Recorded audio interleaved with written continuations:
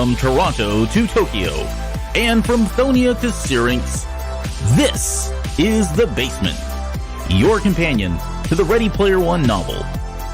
Join our hosts each episode for complete chapter breakdowns and deep dives into the pop culture references through a series of challenges and homework assignments.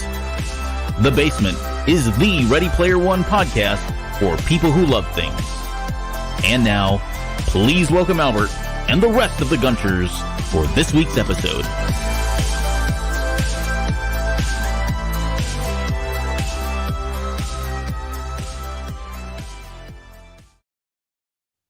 Hello, Gunchers. You are in the basement. This is episode 003 through 0032, the Pork Chop Express. My name is Albert Padilla, and we're finally come around the corner. I mean, we're down to just a handful of chapters left, and we've got quite a doozy tonight, especially since we're going to end on this fine vehicle that's standing behind me if you're watching on the live show or watching the feed. So to help me do all of this is none other than Mr. Will Wilkins. Dr. Will 8-Bit, how are you doing tonight, sir? I am fantastic, Albert. I poured myself a delicious drink, and in the interest of child safety, I've selected a beverage that does not appear on the green screen. You can't tell what I'm having. Oh, nice. Yeah, it's like blocking out the letters completely. there. Yeah, you can't. Yeah, so if you're going to do a podcast, you want to drink, you don't want to offend anybody, I highly recommend Bacardi Limon because it's completely green. Well, you've already just ousted yourself, so. Yeah. Theoretically. Yeah. Well, let's do this. Before we get into the show, I've got a couple of quick announcements, things that are coming up here that I want to definitely talk about, and let's just jump into it. So, as you guys know, if you're following this show, listening to the show here, you know, very recently we announced that Ernie Klein himself, the man himself, will be on The Basement, and this is slated for Wednesday, December 2nd at 9 p.m. So he's coming on here to do a show with us. This will be about 8 days after the launch of Ready Player 2. So by then, hopefully everybody's read it. So we're going to go in. There'll be full spoilers at that point, and we're just going to talk about Ready Player 2 and maybe get some clarification around some of the things that we think are pop culture references from Ready Player 1 that we've talked about on here. So, Will, anything you can, anything you want to talk about or anything that you want to disclose tonight about what you potentially could want to talk to Ernie about?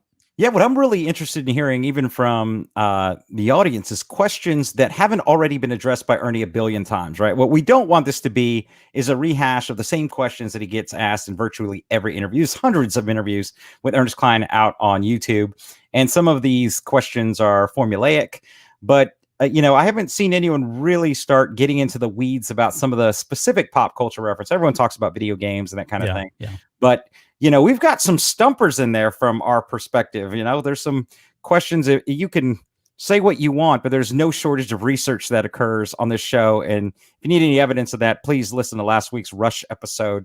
I should get some type of college credit for that in music theory. Yeah, absolutely.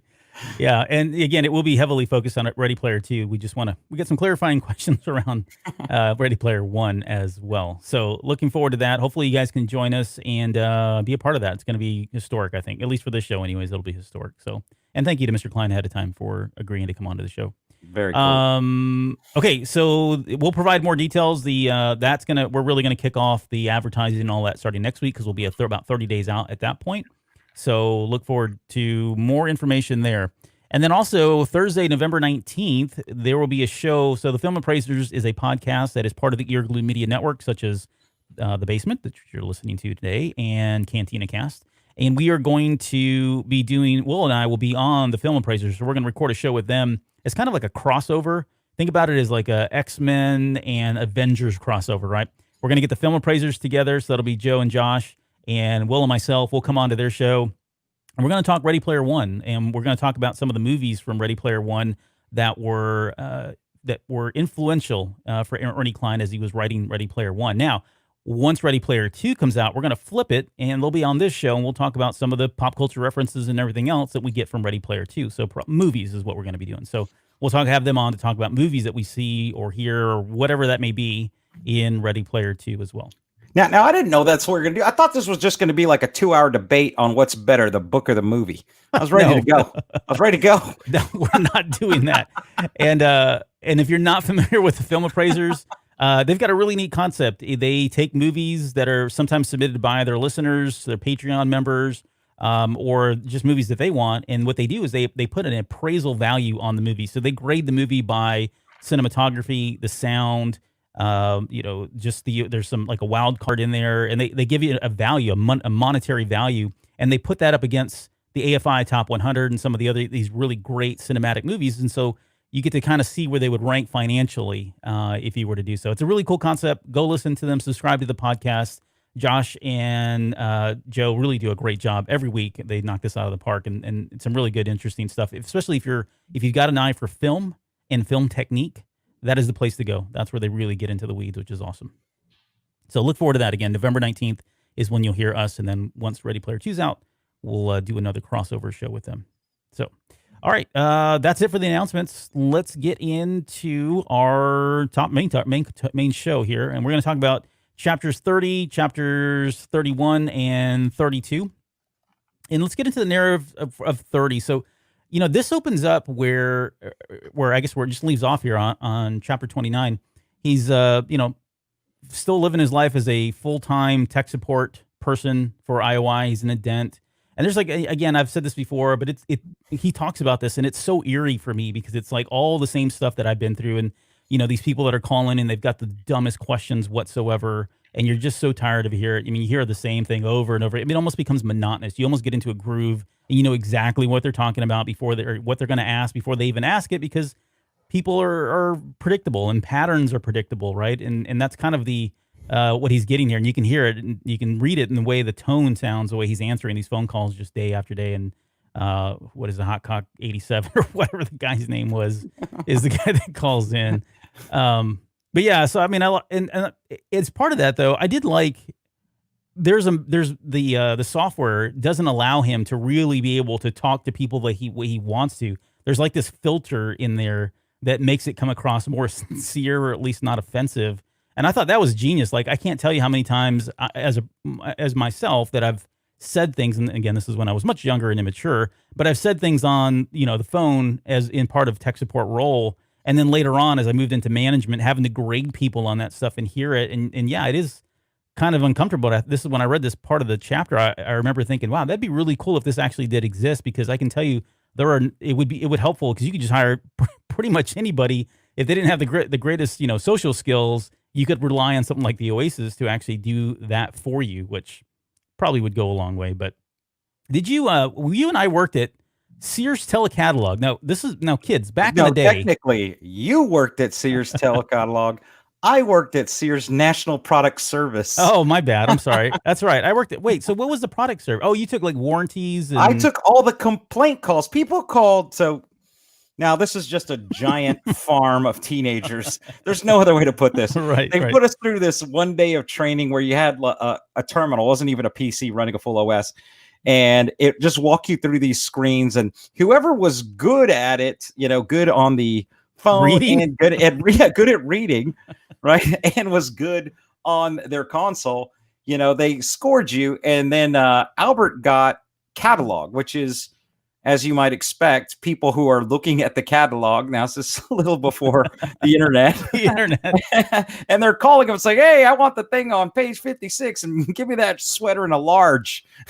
Yep. Meanwhile, I'm in National Product Service, which is people who have purchased very expensive appliances and they have broken on them, generally within days of them purchasing them. And it's just me absolutely getting reamed for hours. So we made it through the training. I made it through exactly 4 hours of the actual job. And then I sat in the break room. And then when Albert took his break, he's like, hey, we've got our breaks at the same time. I'm like, no, I've been sitting here for an hour and I'm not going back. I'm just waiting for you to get off so we can leave. Oh, I forgot about that. It was such night and day. Like you had you were so pissed by the end of the day. And I have the people calling me going, oh, I really need some help looking for something okay, how old is he? Oh, have you looked at the toy on page whatever? And You know what? Let's get you the batteries to go with that and make sure that we've got the warranty. And oh, you're so helpful. Thank you so much. I mean, you talk about just a complete night and day difference in And terms I'm of on what the we were other doing. side. You're like, this guy just convinced me to buy this toy and it exploded. And now there's parts in my daughter's arm. I'm like, I'm sorry, sir. We can arrange a technician to be out. It looks like the available in your area is probably going to be about 2 weeks. Is that going to be good? Yeah. And then, like, after I've set up the service call, then it popped up this other screen for upsales. How do you feel about 5 years worth of laundry soap? It's you over the course of 5 years, you would spend almost $700 for laundry soap. But using this special promotion, sir, I'm going to, they never stop yelling at you. You're just, that's the worst job ever. Just, all right. Well, boy, I forgot all about that. That was a great trip down memory lane. So yeah, you can see where something like this Oasis software would come in handy for people like Will, or who lost his temper at times. No, I I think he kept it together. Mad. I was just scared. I was like, these people are going to find me. They think I did this. I didn't sell you that, sir. There was a guy, and he told me if I got the batteries, there would be a discount. That was Albert, just in case you needed help tracking that. Part of the joke. Okay. Let's get all on. right. All right. So yeah. So anyways, he's taking calls. It's mundane. We get it. He goes back to his hab unit to go to bed, and he's set this thing up so it looks like he goes to bed every night. And there's a lot into it, and we're not going to get into all the intricacies of how he does this, but he sets it up so that every night he goes to bed, and they think he's sleeping. What he's really doing is jumping into the Oasis with a bunch of backdoors and passwords that he got prior to coming in, taking this position. This is all part of that master plan, right? This wacko plan that he thought was never going to work. And he also has like a USB drive, and he's downloading petabytes of data. Zettabytes taken 10 zettabytes. Yeah, which is 1 trillion terabytes. I was going to do the math, by the way, as an aside. I was going to try to do the math and divide that, because he says it took him, was it 3 hours to upload it to the Oasis? 3 hours. And so he smoked the drive. So he completely filled it. Yeah. So I was going to try to take the rate of 180 minutes and figure out what his upload speeds were if it took 3 hours to upload that into, because I'm just curious, but that's really not important. That's super geeky. All right, so he ends up downloading all this stuff and onto a USB drive, which I think is kind of draconic. But again, we're talking 10 years ago. Now maybe it would have made more sense in the cloud rather than on USB. But I don't know. Physical copies and USB drives and stuff like that are just really hard to come by. Well, they're not hard to come by, but people don't normally use them now. Cloud is the way to go with everything. Whether it's I don't know. I think that was smart for what he was trying to do, though, right? Sure. What he's trying to do, like, for example, we were talking about this earlier. One of the reasons that we're having this show is that my network bounced our slides, right? So, yep. If you're trying to do something securely, you're not trying to leave a footprint, right? That's probably the best way to do it, because you're not going to be able to do that much data transfer without it spiking somewhere on your network, right, and people noticing that. And obviously you guys probably at your organization like ours have firewalls that look for those issues specifically. Are we transferring large quantities of data, outside of, a secure port that we've identified as part of our IoT? Yep. No, that's a good point. And sorry, there's a typo in my notes, and that's bothering me. Okay, so yeah, so he's downloaded all of his stuff. And then he finds this footage of Sorrento and the Sixers at the third gate. He looks it up, and watches it, and realizes that they haven't gotten past. He knows they're at the third gate. He just he realizes that they're not able to get past it. And we'll come to that here in just a little bit when we get to chapter 32. He also finds what they call a star chamber, which is a folder that has a lot of personal information about every one of the high five, a lot of creepy information. He's aware that they've been following them for a long time. He learns that they were going to use Artemis and Shoto as a way to help get him past the gate. And then once that was over, it clearly states in there they were going to kill them. So he kind of files that away. He finds out how Daito died, where they came into his apartment, grabbed him right out of his rig, and chucked him over the balcony, which they explained as being suicide when he knows that they were murdered. So that was pretty gruesome to actually see all of that. And then finally he finds that, I mentioned that they're going to abduct Shoto and Artemis. So this is all going to happen in just a short amount of time, in a few days. Literally, this was all going to happen with Artemis and Shoto. And so he realizes at that point, and brings us to the very end of the chapter, that he has absolutely no more time. He's got his plans, this master plan that he has been working on, he's got to accelerate it tenfold, because he's worried that they're going to execute and make good on what is in that star chamber document. So that brings us to the end of it. And I think for this chapter and the next two especially, it's rapid fire. I mean, there's just so much information that's going on, and it's the pacing really picks up, especially coming off of what we did with the last 3-4 chapters, where it's more we were talking about Rush and what he was doing there and all that. There's very much storytelling, but there's a lot going on here in a very condensed amount of time to speed it up. And I think it speaks to this itself, but just the pacing itself and how Ernie wrote it, I think the pacing is pretty good here. At least it's a good pace. I like it. Yep. Agreed. So yeah, I think from a writing perspective, it shows. It's almost like when you're listening to me, for someone that loves to read, it's like when you're listening to music and you're looking for someone with dynamic range, that they can do the highs, they can do the lows, they can sing with a falsetto, full voice. It's the same thing. You're looking for books that hold your interest because they're able to frame the story some way. Sometimes Ernie Klein's taking his time, and sometimes he's writing like you're talking in rapid succession. It feels like the events are happening so quickly and the story is dominated versus the setting, right? So now we are just dominating with story. But reading in that manner, when you're reading it, it almost forces you to read faster. And as you're reading faster, it gives you the same effect that you typically get when you have that buildup during a movie, even though it's something you're reading. Yeah. But no, and it definitely feels that way, which I really enjoy. So 31 is really, if I had to kind of summarize it, this is the big disconnect, right? He is disconnecting and clearing his tracks, cleaning up his tracks as best he can. It really starts him by clearing all of his accounts. He hacks into the system, right? And how he gets there is not really that important in the narrative, but he clears his accounts. He disables the locking mechanisms on his ear and his ankle bracelet thing, so it turns the ear gear off.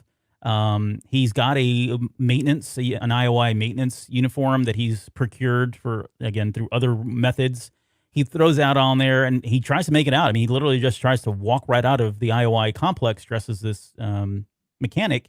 And right before he gets out, he realizes someone stops him because he's bleeding on his ear and he's freaking. I mean, he's sweating bullets the entire time. And I think he does a pretty good job. I think a admirable job of he being Ernie Klein of building the tension up here. It does feel very, like stressful. And is he going to make it out of here? And we know he's going to because he's a hero. But there's a moment there where you're thinking, well, he's going to get caught. And it all kind of culminates with him realizing that he's still wearing those indent slippers. And so he forgot, amidst of all of this stuff going on and stressing out, he forgot to swap out his freaking shoes. So eventually he gets out. He's a free man. And first thing he does is he checks his email, lets Artemis and all the high five know that, hey, we need to meet at H's basement. I'll give you more details later. He then makes his way over to not all the high five. Oh, too soon. He goes in, deletes his Bryce Lynch avatar altogether, so that identity is now completely gone. He's once again Wade Watts living out in the real world. And his next steps, he gets new clothes, he buys a weapon, he gets some body armor, right? This is all to protect him because he knows he's wanted in the physical form now. And makes his way over to an Oasis parlor, which is kind of where you can go and rent these rigs and equipment and plug in, and they charge you by the minute or the hour and all of that. So he does all that. And the minute he logs back into the Oasis, he fires up Max, which I thought was really, really refreshing the first time I read it, because I really enjoyed the fact that he had Max Headroom as his kind of personal assistant. And seeing him again, or hearing him again anyways, was really cool that he was back. I was worried that he really was gone when he said bye, a few chapters ago when they first came to pull him out of there or perform the C-section, as he said. And then he takes all the information that he's gotten, all this dirt that he has on IOI and Sorrento, and he uploads that to all of the vid feeds, right? He lets all the major media outlets know that they're looking to abduct. They killed Daito.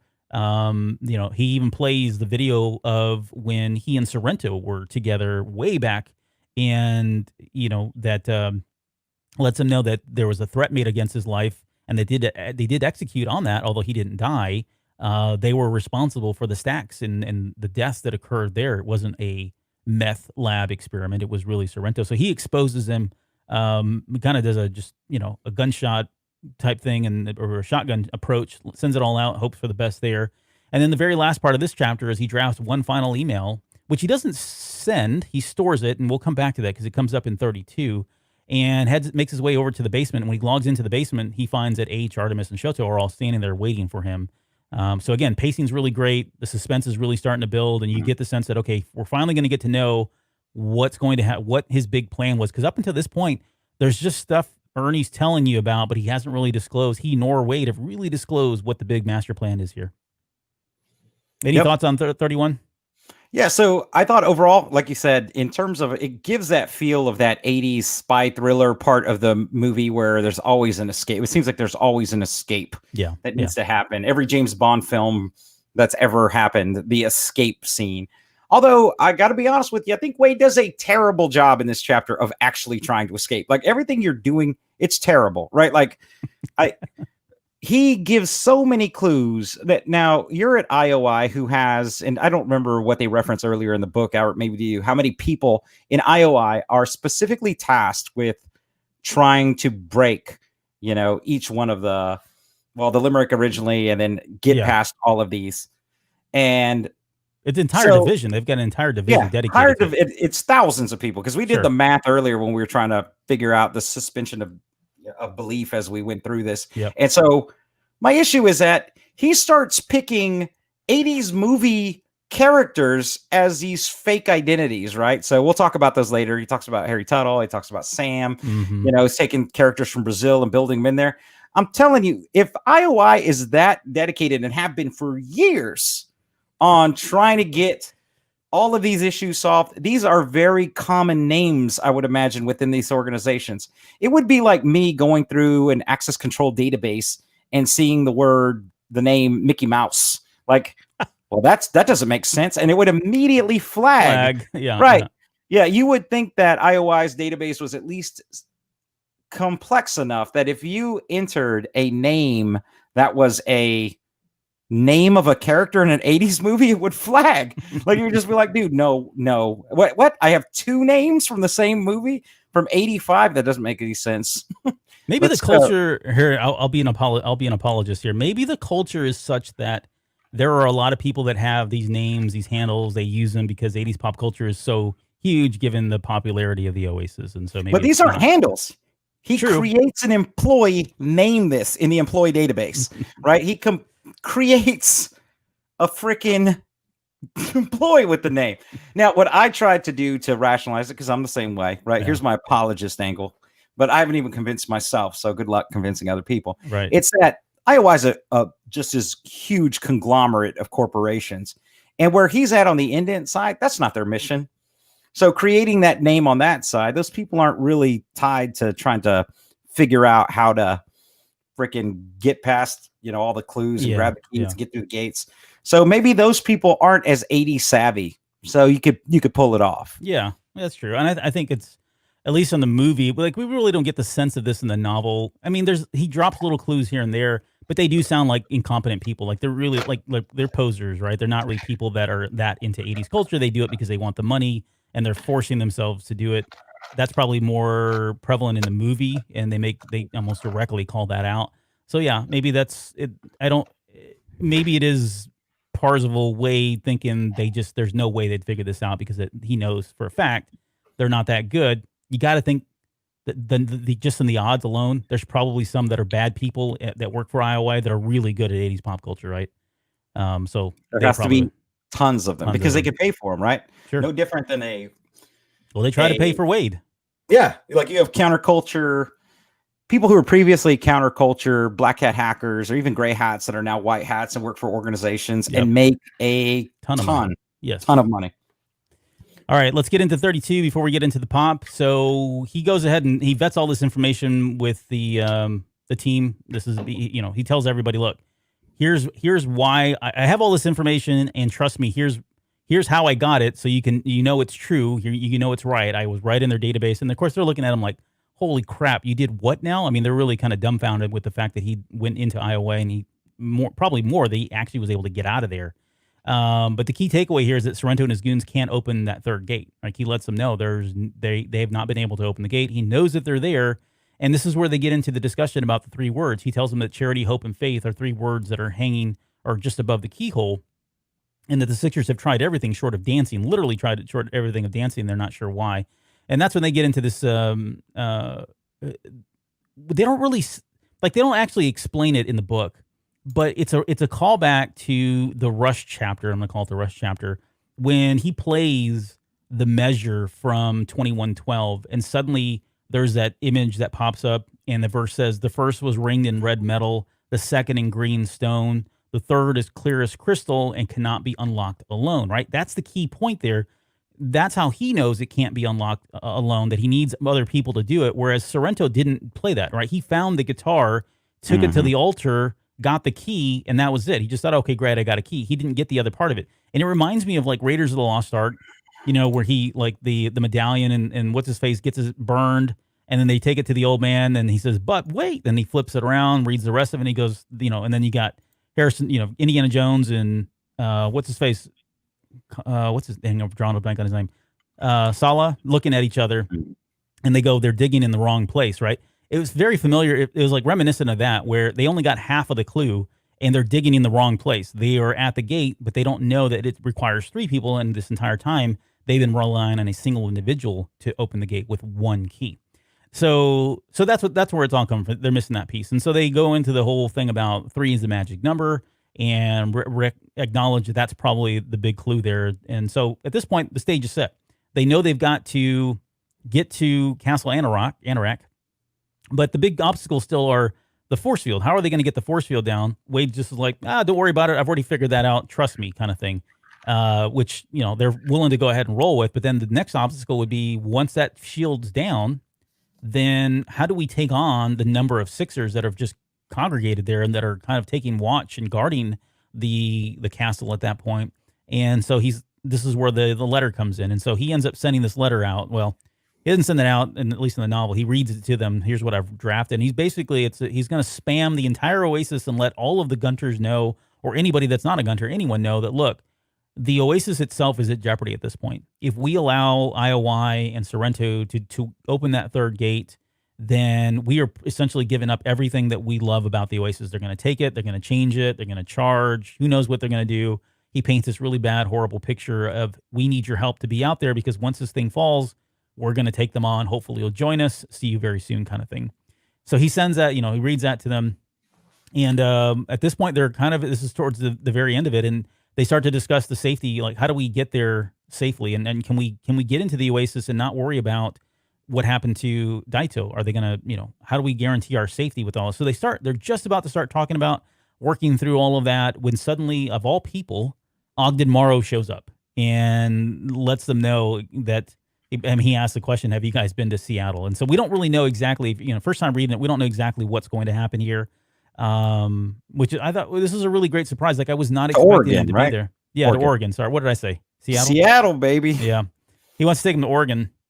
Or he asks, have any of y'all ever been to Oregon? And it kind of ends right there. So that brings us to the end of chapter 32. This was, again, like, I was not expecting him to show up. The only real problem I have, and I've mentioned this before, so if this is your first time listening, you may have already heard this before, but my thing with Ogden Morrow, again, is he's able to listen in on just about anything. I mean, if he's able to get into the basement, he should be able to get into anything that's going on in the Oasis. And that was a privilege, a right that was given to him. A lot of people no one knows that he has it, but it was given to him so that he could ensure that the integrity of the game was in place at all times. And I think we've called out a number of examples where that wasn't really the case. Like Sorrento and IOI have been doing things that were not in the spirit of the game, but he has never interfered. And I don't know why that was the case. I don't know. Maybe it's a question for Ernie. Maybe it's really not that important at the end of the day. But nonetheless, it was cool to see him. And from here on, it's just like, wow, this is really cool where it's going. Yeah, so I like this chapter because I really like that. Hey, have any of you guys been to Oregon? Because for me, it was almost like the early chapters. It was a throwback to War Games, right? So it was a throwback to the first gate. That's where David Lightman was from originally. Like when they went out to go find him, he was in Oregon. So I like the whole picture of it. It was almost like, oh, they're going to go out to the same place where, Dr. Lightman was when they were trying to find him in War Games. Mm-hmm. And he needed money for the plane ticket. So for me, I thought, oh, that's a neat nod, even if it's not, I'm typically not prone to that, Albert. That's usually your thing, drawing those lines that are, that's kind of I don't know that that's a strong line, but for me, when I was reading it, it made sense. I was like, oh, that's cool. Yep. It's Professor Faulkner, I think, is what you're thinking of, not Lightman. David Lightman is the main character. Yes. What am I doing? No, you're good. You're good.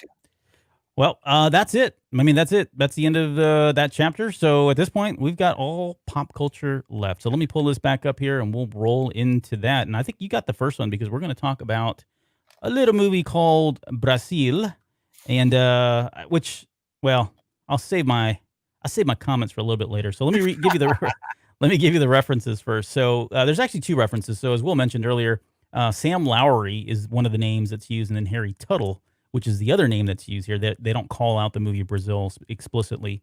But the first reference is I had a 10 zettabyte flash drive delivered to a non-existent employee, Sam Lowry, in an empty cubicle a few rows away from my own.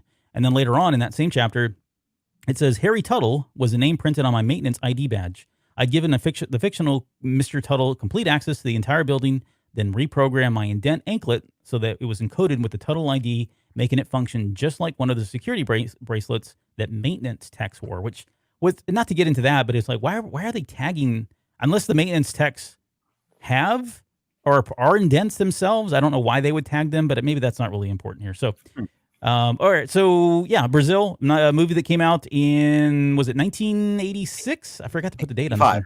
85. Right? Yep. Directed by Terry Gilliam. And yeah, take it away. Let us know what we got. Yeah, starring Jonathan Pryce, Robert, you talking to me, De Niro, Catherine Hellman, Ian Holm, and of course, Sir Bob Hoskins. I don't even know, is he a sir? Anyway, Bob Hoskins in it. You know that dude. Yeah. You know, Who Framed Roger Rabbit style. All right, so yeah, let's talk about this movie a little bit. The synopsis is that this is yet another dystopian future, but this one is 2 parts 1984, 1 part THX 1138, and then just a dash of Monty Python satire, black comedy. This time, our protagonist, Sam Lowry, is a silver spoon technocrat that is trying to overturn the arrest of an innocent man accused of being a terrorist due to a typographical error. Meanwhile, he falls in love with a woman associated with the actual terrorist. They make love. They're arrested for treason. This chick is killed, and he is tortured prior to a mental break. Right? So that's the short version of that. And if you had gotten to this podcast right before that synopsis, you really wouldn't know what movie I was talking about if I was describing this or 1984. But so from in terms of Terry Gilliam's films, this is the center film of what is referred to as the Imagination Trio, Time Bandits being the first, which we've talked about previously on the podcast, Brazil, and then The Adventures of Baron Munchausen. Now, these 3 films are, if you analyze them, are all dealing with roughly the same subject, which is the insanity of a society, the dysfunction of society. But the difference is that the Imagination Trio was told through 3 distinct lenses. Time Bandits being told from the view of a child, Brazil through a middle-aged man, and Baron Munchausen through an older gentleman. But the primary, thematically at least, the primary values that are pushed in each of the films is relatively the same. Now, of these, Albert, which one's your favorite? So Time Bandits by far, like, yeah. In full disclosure, like, Brazil is not a movie, and like I've loved about 99.9% of everything we've talked about on this show, and I mean that with all sincerity. This is one of those movies that I'm just kind of like, I could give it. I really don't care for it much, and I told Will, like, so Time Bandits, to answer your question, is my favorite one of them. Brazil is really hard for me to get through and watch. I don't know why. Maybe I'll give you some exposition there. But like Baron Munchausen is just so weird. Like, it's weird, so far out there that it's sometimes it's hard for me to really get into it. And I used to be that way about like Buckaroo Banzai, but I came on board with that one later on in life. And so when I, as part of the homework, like Brazil, I had seen years ago. I tried to go through it and watch all the Terry Gilliam movies like back to back to back, and it got worse for me as I went on. And I remember when I originally saw this movie, I was not interested, and I thought this movie was terrible. And I thought, okay, fast forwarded 2 weeks ago, I'm thinking, okay, well, maybe I was just really young, didn't understand it. Let me give it a shot. I fell asleep like within like the first 30 minutes. I passed out. Maybe I was just too tired. That's not maybe a reflection on the movie. But then I just tried to watch it here recently, and I watched the entire thing, and I don't know what it is. Like, it doesn't interest me. And I don't know if it's because of the direction, the way it's filmed, like the cinematography and some of the way it's shot, that doesn't appeal to me. It does feel very, I don't know what, I'm not going to say film school like, but it's not a very traditional film. Like, there's a lot of weird angles and like really close-up shots. You know what I mean? And that's, I don't know. I'm not a big fan of that stuff. And Time Bandits, I mean, some of the same stuff is in Time Bandits, but maybe I'm just more forgiving because maybe it's an easier story to follow. Although it is kind of weird at times than it is something like with Brazil. But anyways, that's my take on it. Time Bandits is certainly my favorite one. Yeah, and I get that. I think that most people our age would gravitate toward Time Bandits because that's the lens we were seeing the world through at the time that As the a movie kid. came out, right? Yeah. So perhaps if we were watching these films and it was the mid 80s and we were in our 30s, Brazil might make more sense. Only because that's the way that a middle-aged person should be seeing the world through at that point in their lives in the mid 80s, right? So it's hard for us, and we've talked about it before, to replicate exactly what was going on in the world when a film was made. And it's so important, right? And when you're watching a piece of cinema to understand what was happening in the world, because in many cases, especially pieces like Brazil, they're narratives about the time that we're operating in, right? So if you were to look at these three films, in fact, Albert, you might be surprised to know that in terms of research, and I'm talking proper academic research, there are over 3,000 published peer-reviewed academic articles about Brazil, right? About the movie Brazil. Wow. There are more academic articles written about Brazil than even your beloved Star Wars, right? People are talking about it from everything from the harms of technology, privacy issues, social construct, government. This film is analyzed from every social lens you can, and it holds up in every dimension. That being said, it is an absolutely crazy movie. What we have up here, some of my favorite scenes from the film. Robert De Niro is fantastic in this movie. His shoot was he's got a relatively small part playing Tuttle, the actual terrorist in the film. And he's not really a terrorist. He's a repairman who's repairing things when repairing things is a crime, because that's now the role of central services and no individual should be working on their stuff. Yeah. Right. So he was supposed to be shooting for like a week. It ended up taking him 3 weeks. His average number of shoots per scene was 25 to 30. And Terry Gilliam said that it was impossible to work with Robert De Niro because he was such a method actor that he was trying to get the motivation for every scene and every line. And he's like, dude, this ain't that kind of film. Right. Have you ever seen Monty Python? You don't need a lot here, buddy. Sorry. You're not getting a lot to work with. But these are, I certainly understand why this movie wouldn't be attractive to a lot of people. But I think if you look at it if you looked at it as you were trying to look at a piece of social commentary, and not so much just, is this entertaining? Is it funny? There's a reason it's satire and not purely black comedy, because you have to read the message behind the movie for it to make any sense at all. Yeah. And you can probably go to the next slide and we talk about. I was just going to say thematically, like, I get it. Like, there's a lot of realism today, a lot of realism that's come to pass. Same thing with 1984, which I don't want to steal your thunder because I know you're going to get into that here in a little bit. But a lot of this stuff that you see in the movie and just the audacity of some of this stuff that you would think, like, that can't happen. It is happening. And we know it's happening, or is, I'm not going to say on the cusp of happening because I don't want to be one of those doomsayers that it's saying it's all going to fall apart. But yeah, I mean, we're not too many steps away depending on, the way things go socially and politically and all that. It all factors in. And this is kind of the extreme of it, but it's not that unrealistic that some of this stuff would happen. Maybe not in this way, but could happen thematically. Yeah, so one of the things that troubles me about this film, and if I have any criticism of Terry Gilliam about the making of this film, is that he is adamant on multiple interviews that he has never read 1984. He's never seen 1984. He knows of 1984. However, there is overwhelming evidence that just can't be true. I mean, the original name of this film was 1984 and a half, right? I mean, even if you were... There's no way you put that type of homage into a film with at least having some type of perspective in it. Right. So even where the apex of the movie takes place is on June 31st, 1984, halfway through the year 1984. And the form that is referenced in the classic scene where a man is being taken and they are asking for a form, they reference the form 27B/6, which is a reference to Orwell's address, which was Canterbury Square, apartment 27B, floor 6, which is where he lived while he was writing 1984. But if you just look at the storyline, both of them reference ministries. They talk extensively about government surveillance. Both of the lead protagonists are shy, passive men, right, who are inspired to become rebellious because of their love interests. Both of them have real active dreams about freedom beyond the Yes. society they live in. They talk about class struggles. Of course, they're on different sides of it, right? Because Sam Lowry is actually, he comes from money, although he's not happy to, because he tries to fight against the privilege that he's been born with, where you don't get that in 1984, right? Both take place in London. Both of them feature tons of pneumatic tubes that talk about how the government exchanged forms. Slogans and propaganda are almost identical between both of them. And, you don't even need to have read 1984. You just need to have watched the Apple commercial back in the 80s. Same thing. Both of them lead to an eventual rebellion. Both of them have a best friend that's featured within the film as a supporter at the beginning of the film and are eventually captured and brainwashed by the end of the film. Both of the protagonists are tortured. Both of them eventually break. And the values of truth, dreams, and freedoms, and the correlation between the three are present in both.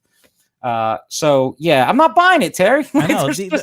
The evidence is like overwhelming, and I've heard this many times before. I mean, even if you're even a close fan of, or if you follow cinema, or this is just one of those things that's always been out there. It's been discussed. You see articles pop up every once in a while comparing the two and talking about it. And I hadn't really watched the interviews prior to doing the homework and research for this episode, but I did go out and watch them. And I mean, he seems sincere. Like he's either, and I don't get it. Like why, what does he have to? Why wouldn't he just say, yeah, dude, I mean, look at Armada. I mean, right? I mean, we've talked about that.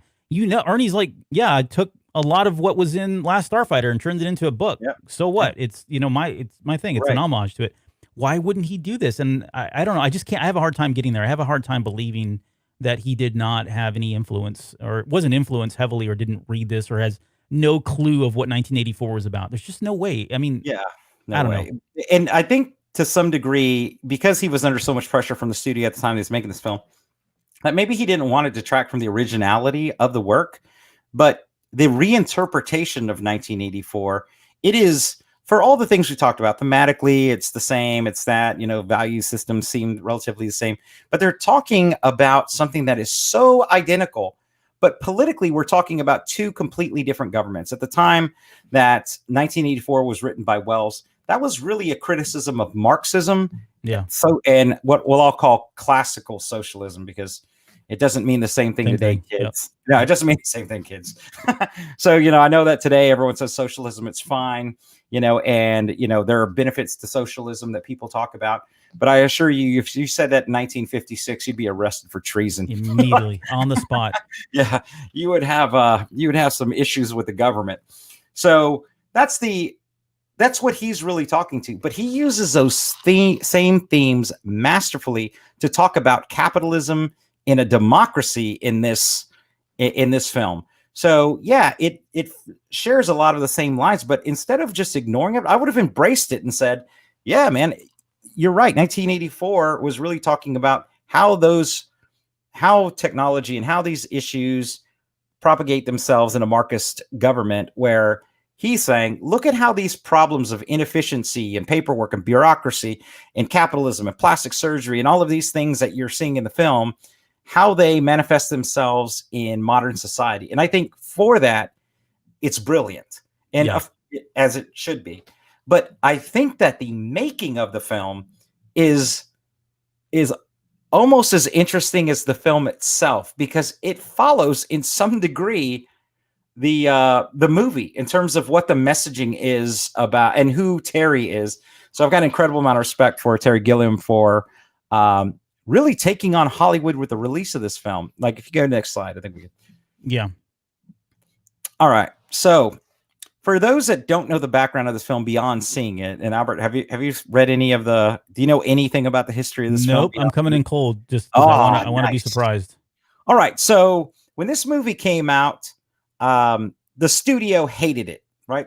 Sid Sheinberg was actually absolutely not happy with the film. And so what he did was he had the entire film re-edited, and he re-edited it with a concept that is now currently referred to as the Love Conquers All edit. It's the happy ending.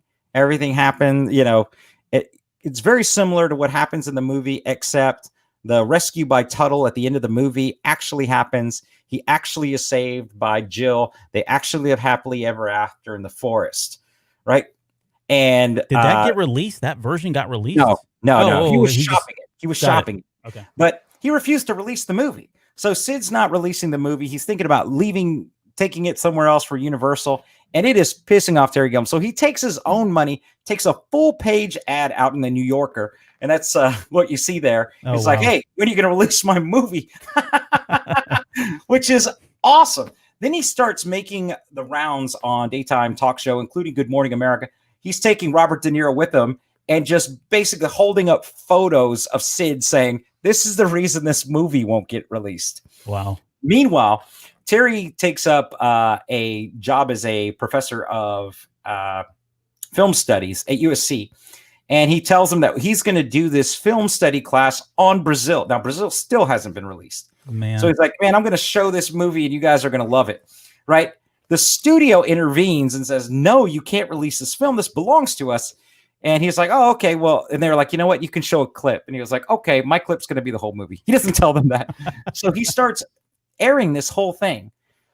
What's unique about this film is that it was nominated for Best Picture based on viewings from that college performance.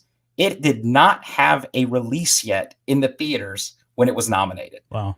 Right? Had not shown in a single theater. Right? That, along with all of the what I could best call a pre-internet social media blitz by Terry himself, is what got this film released in what is known as the Gilliam cut, the final cut that you see now. Yeah. Incredibly impressive.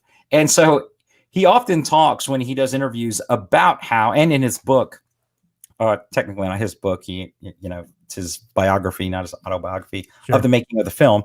He kind of goes into how he looked at himself much as Sam does about this bureaucracy in Hollywood and about how it is so structured and so formulaic that original thought is pushed down and you can't create something that's uniquely yours. And he was like, that's not what I was trying to do. That's not what, the Flying Circus was about. It was never what we were trying to do with this film. And I think it might be those pieces, along with the background context of government, that for me makes this the most interesting movie amongst the trilogy. Yeah. That's amazing. Like that's actually a really great story. I mean, I didn't know any of the background history on this. But given, I mean, just something like that wouldn't happen. Maybe it would, but different outlets, right? Like to your point, right? They'd be all over social media and that sort of thing. But he was doing like some grassroots efforts to get this thing out and really kind of sticking it to him. To Sid. What was Sid Sheinberg's role in this? Was he a producer? Producer. Yep. Okay. Wow. Yeah, that's bizarre. I actually like that story better than the Brazil story. No, I'm kidding. I don't. You should make that into a movie. Yeah. Yeah, and so you touch on something, and maybe we'll just kind of end this because I want to reiterate it. I think if going back to the whole, is it 1984? Is it not? You're right. Like he just taken the approach and said, look, there are a lot. Let me show you exactly how we're going to have all these things similar, but they're two different governments. See, these are two extremes, right? The bureaucratic democracy government versus the socialist, I don't know, fascist dictatorship or whatever, right? You got a single ruler kind of thing. That's really what it is. And show that, look, these extremes, right? If he sold it as these extremes, neither one of them is good, and here's why. And there's a lot of parallels that exist in both of those extremes. That would be enough for somebody to get on board and be like, okay, I've seen 1984, I've read 1984, but I am curious as to how they get there in a totally different type of government, right? I would think that the left would embrace this movie as a response to 1984. Exactly. So 1984 being a criticism of socialism. And then if you were to look at Brazil, it's a criticism of democracy. In some degree. To sit there and say that, look, I don't care which one of these social structures that you embrace or you support from the left or the right, the idea of individuality can be lost in either. Right. Just the reasons that push us to that motivate us to that sense of community beyond individual will be different. Yep. All right. Well, I think that's all we got on we didn't talk about the ending. Well, you did a little bit, but that was the other thing that was kind of like, was it a dream? Was it not? It was all in his head, that sort of thing. I mean, I think it's one of the more redeeming qualities of the movie. I wasn't expecting, Yeah, having that seen it's it, but not. It is a no-brainer. In the actual ending, they make it clear that none of that happened. right. Right? He was never rescued. That girl actually did die. Jill's dead. You never went out into the forest.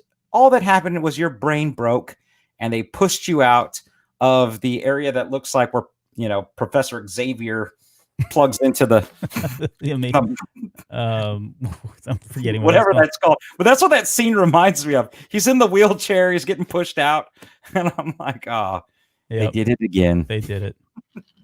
Okay, well, let's move on to Cliff's Notes. Now, wow, this is going to be really exciting. So I'll try to keep this. I actually don't have a lot with Cliff's Notes. So let me, I'm going to give you the Cliff's Notes version of Cliff's Notes. So let me give you the reference first. It says the largest select. Hey, before you begin, Yeah. How old were you when you knew there was an S after the F? I thought it was.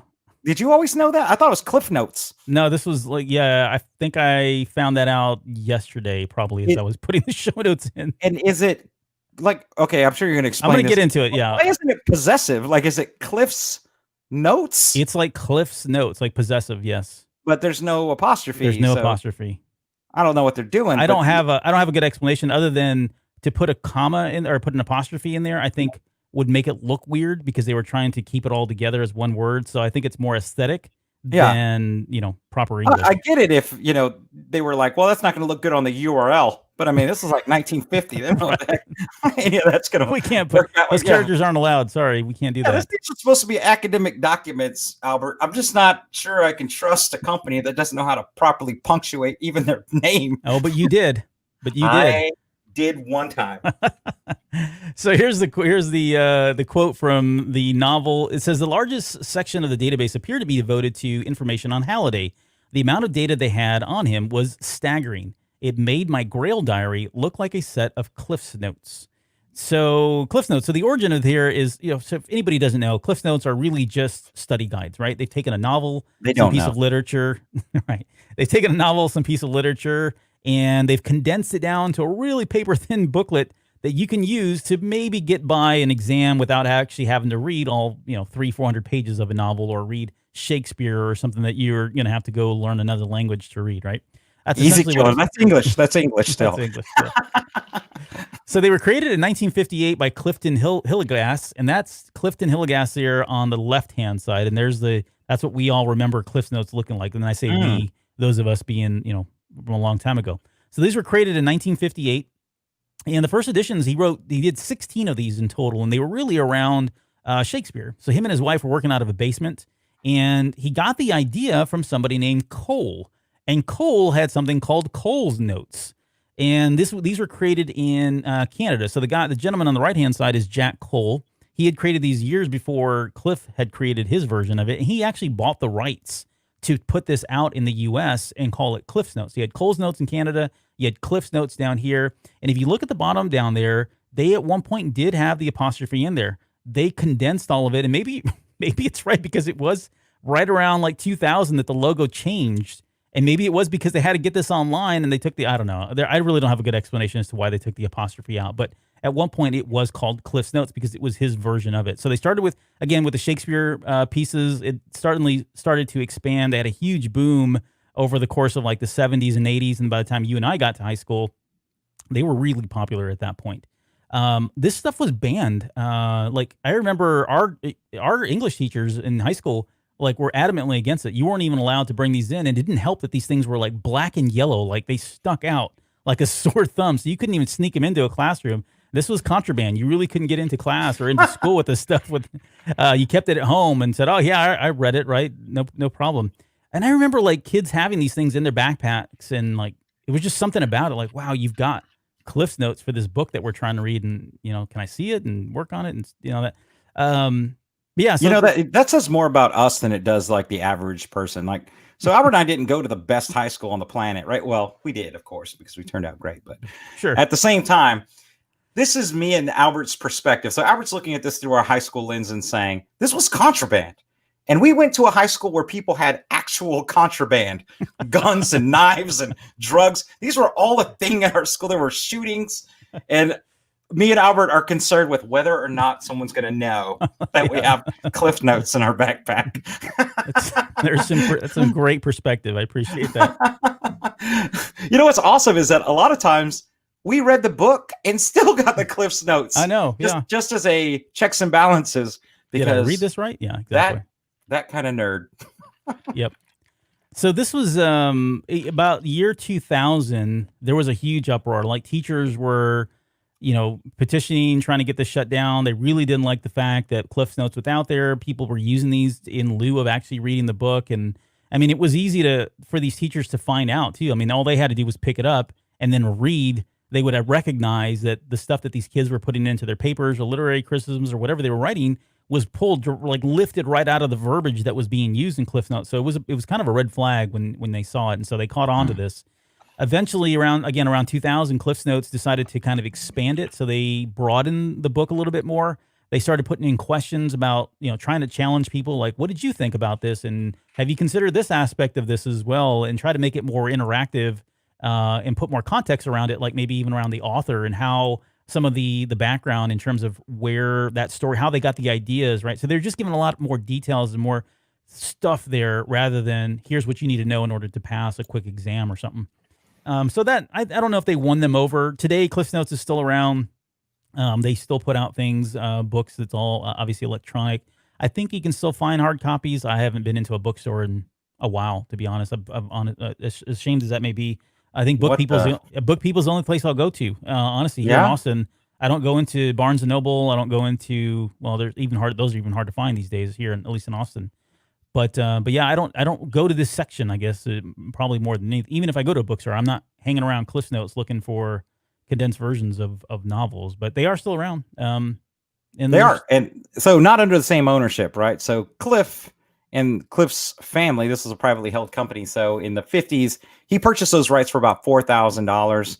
He sold it for it was a multi-million-dollar transaction in 98. And you know what? I got to say, for the family, incredibly smart move, because if you look at the net worth of CliffsNotes since 98, it's been in decline. It's why they got acquired by a conglomerate, because a little thing, in my opinion, like Wikipedia basically killed this, right? So CliffsNotes were basically Wikipedia, right? In hard form. And at this point, the advent of, and really the proliferation of the internet has made it so much easier. We've talked about this before, but I got my doctorate, and research for me, when you're doing your thesis, it's all at your fingertips. Like I can scan through thousands of articles that are relevant and spot on whatever I'm researching, including Brazil. In a matter of 5 minutes, I've read the abstracts of the 12 prevailing cited academic articles related to Brazil, and I can do all of that. None of that was possible, right? Back in the day, we're jacking with microfiche machines and trying to figure out the Dewey Decimal System, and it was a big to do research. So the convenience of having CliffsNotes was amazing. Today, it's on your phone. You don't need this anymore. Yeah. So if you go to their website for CliffsNotes, which I did just to see how the boys were holding up, it's garbage. No offense. We're not going to get an endorsement from CliffsNotes. Yeah, we're not. But there are so many things wrong with that website. It's out of control. Yeah, they are a shadow of who they used to be, and they're a proverbial victim of like you said, the digital age and internet and just how accessible a lot of the same information is, and being written by arguably the same people, or if not smarter people. Like CliffsNotes originally started off being written by undergrad students and people just right out of college. And over time, there was some controversy around whether or not it was, because they were selling this as, oh, no, these are the best of the best that are writing these things. And that really wasn't the case. And that's probably not important anymore. But you could argue that there are people out there that are just cream of the crop that are not only just doing it like in Wikipedia, but they're writing these, the same things on their blogs or web pages or, wherever. You can find a lot of this information just out of the kindness of their heart, because they're so passionate and they've dissected every aspect of that novel like we're doing now, right? That's just so accessible these days. So it kind of makes them irrelevant in a lot of ways. So yeah, and for aspiring academics, Wikipedia is not a primary source you should be using for any article that you write. I don't care if you're an undergrad, do not cite Wikipedia. And here's the thing I find, right? So a well sculpted Wikipedia article will have the references and the citations associated with it at the bottom of the article. Go find those. Go find the source article. Cite that, not Wikipedia, as a page, because you are going to fail that class if you submit that, unless you're in like a 100 level class, but even then expect to get reamed by a professor. Yeah. Bad form. Shouldn't be doing it in high school either. Get used to it. Yep. Okay, let's get to the next reference, and this is Star Chamber. So it says, while the data and video on the third gate was copying over to my flash drive, I continued to delve deeper into the Sixer database. Eventually, I uncovered a restricted area called the Star Chamber. It was the only area of the database I couldn't seem to access. So this could mean two things, and I'm going to talk about both of them because I think they're both related. But there is a movie that came out in 1983 called The Star Chamber. It's a crime thriller kind of movie, a little bit of action, not a whole lot. This was directed by Peter Hyams. It stars Michael Douglas, who plays Michael Douglas. And let me give you the synopsis of the movie. He does. He really just plays Michael Douglas in this movie. So the synopsis: Michael Douglas, who coincidentally is played by Michael Douglas, is a Los Angeles judge who discovers there is something called the Star Chamber, which is a group of judges who collectively determine when someone cannot be brought to justice and order their assassination instead for the greater good of the people. Michael Douglas determines two shady but not murderous individuals have been scheduled to be assassinated who are indeed innocent. He tries to go and plead, requests that they don't kill him, they don't assassinate these or murder these two guys, and tries to stop it. And the Star Chamber basically says, no, we can't. Sorry. Once we've committed to this, they already do dastardly things anyway, so we're still going to go through and kill him. Well, this doesn't sit well with Michael Douglas, and he decides that he is going to reach out to the police and an undercover cop, and he goes and tries to interfere. He goes and tries to stop the assassination of these two innocent people, and right before he stops the assassination, he finds out they're about to kill him because they think he's an undercover cop. And he gets saved by another cop that's played by, I forget the other guy's name. Anyways, this other cop comes in at the very end and saves Michael Douglas by killing those two guys, and that's kind of the end of the movie. So, that's interesting. I haven't seen this, but there were parts of that were very Brazil-esque in their telling. There's a scene in Brazil where the wrong guy, and if right at the beginning, we didn't really cover this part of the plot, where a dead beetle falls onto a keyboard. So this guy types Buttle instead of Tuttle. Tuttle, yep. So Buttle ends up getting arrested. And the premise of the movie is that Sam is trying to reconcile this and trying to get this dude off. And so he's like, no, we've got the wrong guy. And so he goes to the government and says, hey, we've got the wrong guy. And they're like, no, we got the right guy based on the information we received. Now, the information was wrong, but we got the right guy. All right. So this guy, you're missing the point. You're missing the point. Yeah. We didn't get the wrong guy. We got exactly the guy they gave it the name for. Yeah. So pretty interesting. That is, I hadn't picked up on that, but yeah. Give me a recommendation. Do I need to watch this? Is it worth my time? Because I haven't seen this. No, I would say no. I mean, and it's not a terrible movie. It's not a great movie by any means. It's a little slow at times. I mean, Douglas is honestly, he's good in just about everything he does. I really, truly believe that. He does some really good. Now, he's put out some stinker movies, don't get me wrong, but as an actor. Give me one of those. Oh, let me see. Michael Douglas. Okay, maybe not. Yeah, he's been in good movies. If I had a choice of watching this or having Glenn Close, ask Michael Douglas again, I'm not going to be ignored, Dan.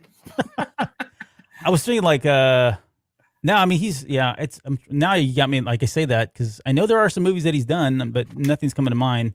He had a bout of them in the 80s that I think that were bad, but then you think of like Jewel of the Nile and, what is it, not Down and Out. What's the one where he's got the bat and he's kind of had enough? Oh, yeah, that's Something Day? I can't think of the name. I like that. I like that movie. There's a movie that he did that didn't do very well, but I thought he was amazing in, which is The Game. It's a Fincher movie of all things. David Fincher. Oh, that's gonna mess with me. That movie's gonna mess with me because I thought it was Down and Out, but it's not Down and Out. You're thinking of Down Out in Beverly Hills. No, with Nick Nolte. Come on. All right, you look that up while we're going. I'm going to. Yeah, go ahead. Falling Down. Thank you, Juan. Falling down. Yep. And there's nobody who works in modern society today who hasn't had a falling down day where they're just like, I'm going to get out of this car. I'm going to beat the crap snot out of somebody. out of this guy next to me. Yeah, that movie has really aged well with me as I've gotten older.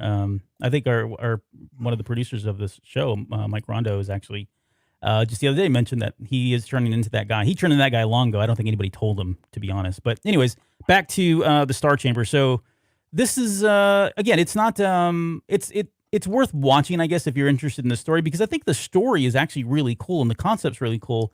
The interesting thing about that, though, is it's actually pulled from a real event. Like, there used to be something called the Star Chamber, and this existed between I think the 15th and 17th century in Parliament, and it was essentially the same thing. They had a number of, and the intent was good. Like, their hearts were in the right place, right? Their minds were in the right place in what they were trying to do, but they had set up this kind of sub-court where Parliament could determine whether or not somebody was innocent, guilty, right, convict them or not. And what they thought is, we'll get all these great minds together for these cases that are really difficult to decide, and by way of quorum, we'll determine the fate of somebody.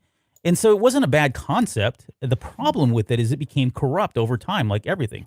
And their word was law. In fact, it went so far that if you suddenly were, where it got really hairy and unfortunate, is they would appoint an attorney, right?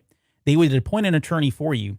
And if the attorney determined that you were, like, the attorney was actually judging you at that point, right?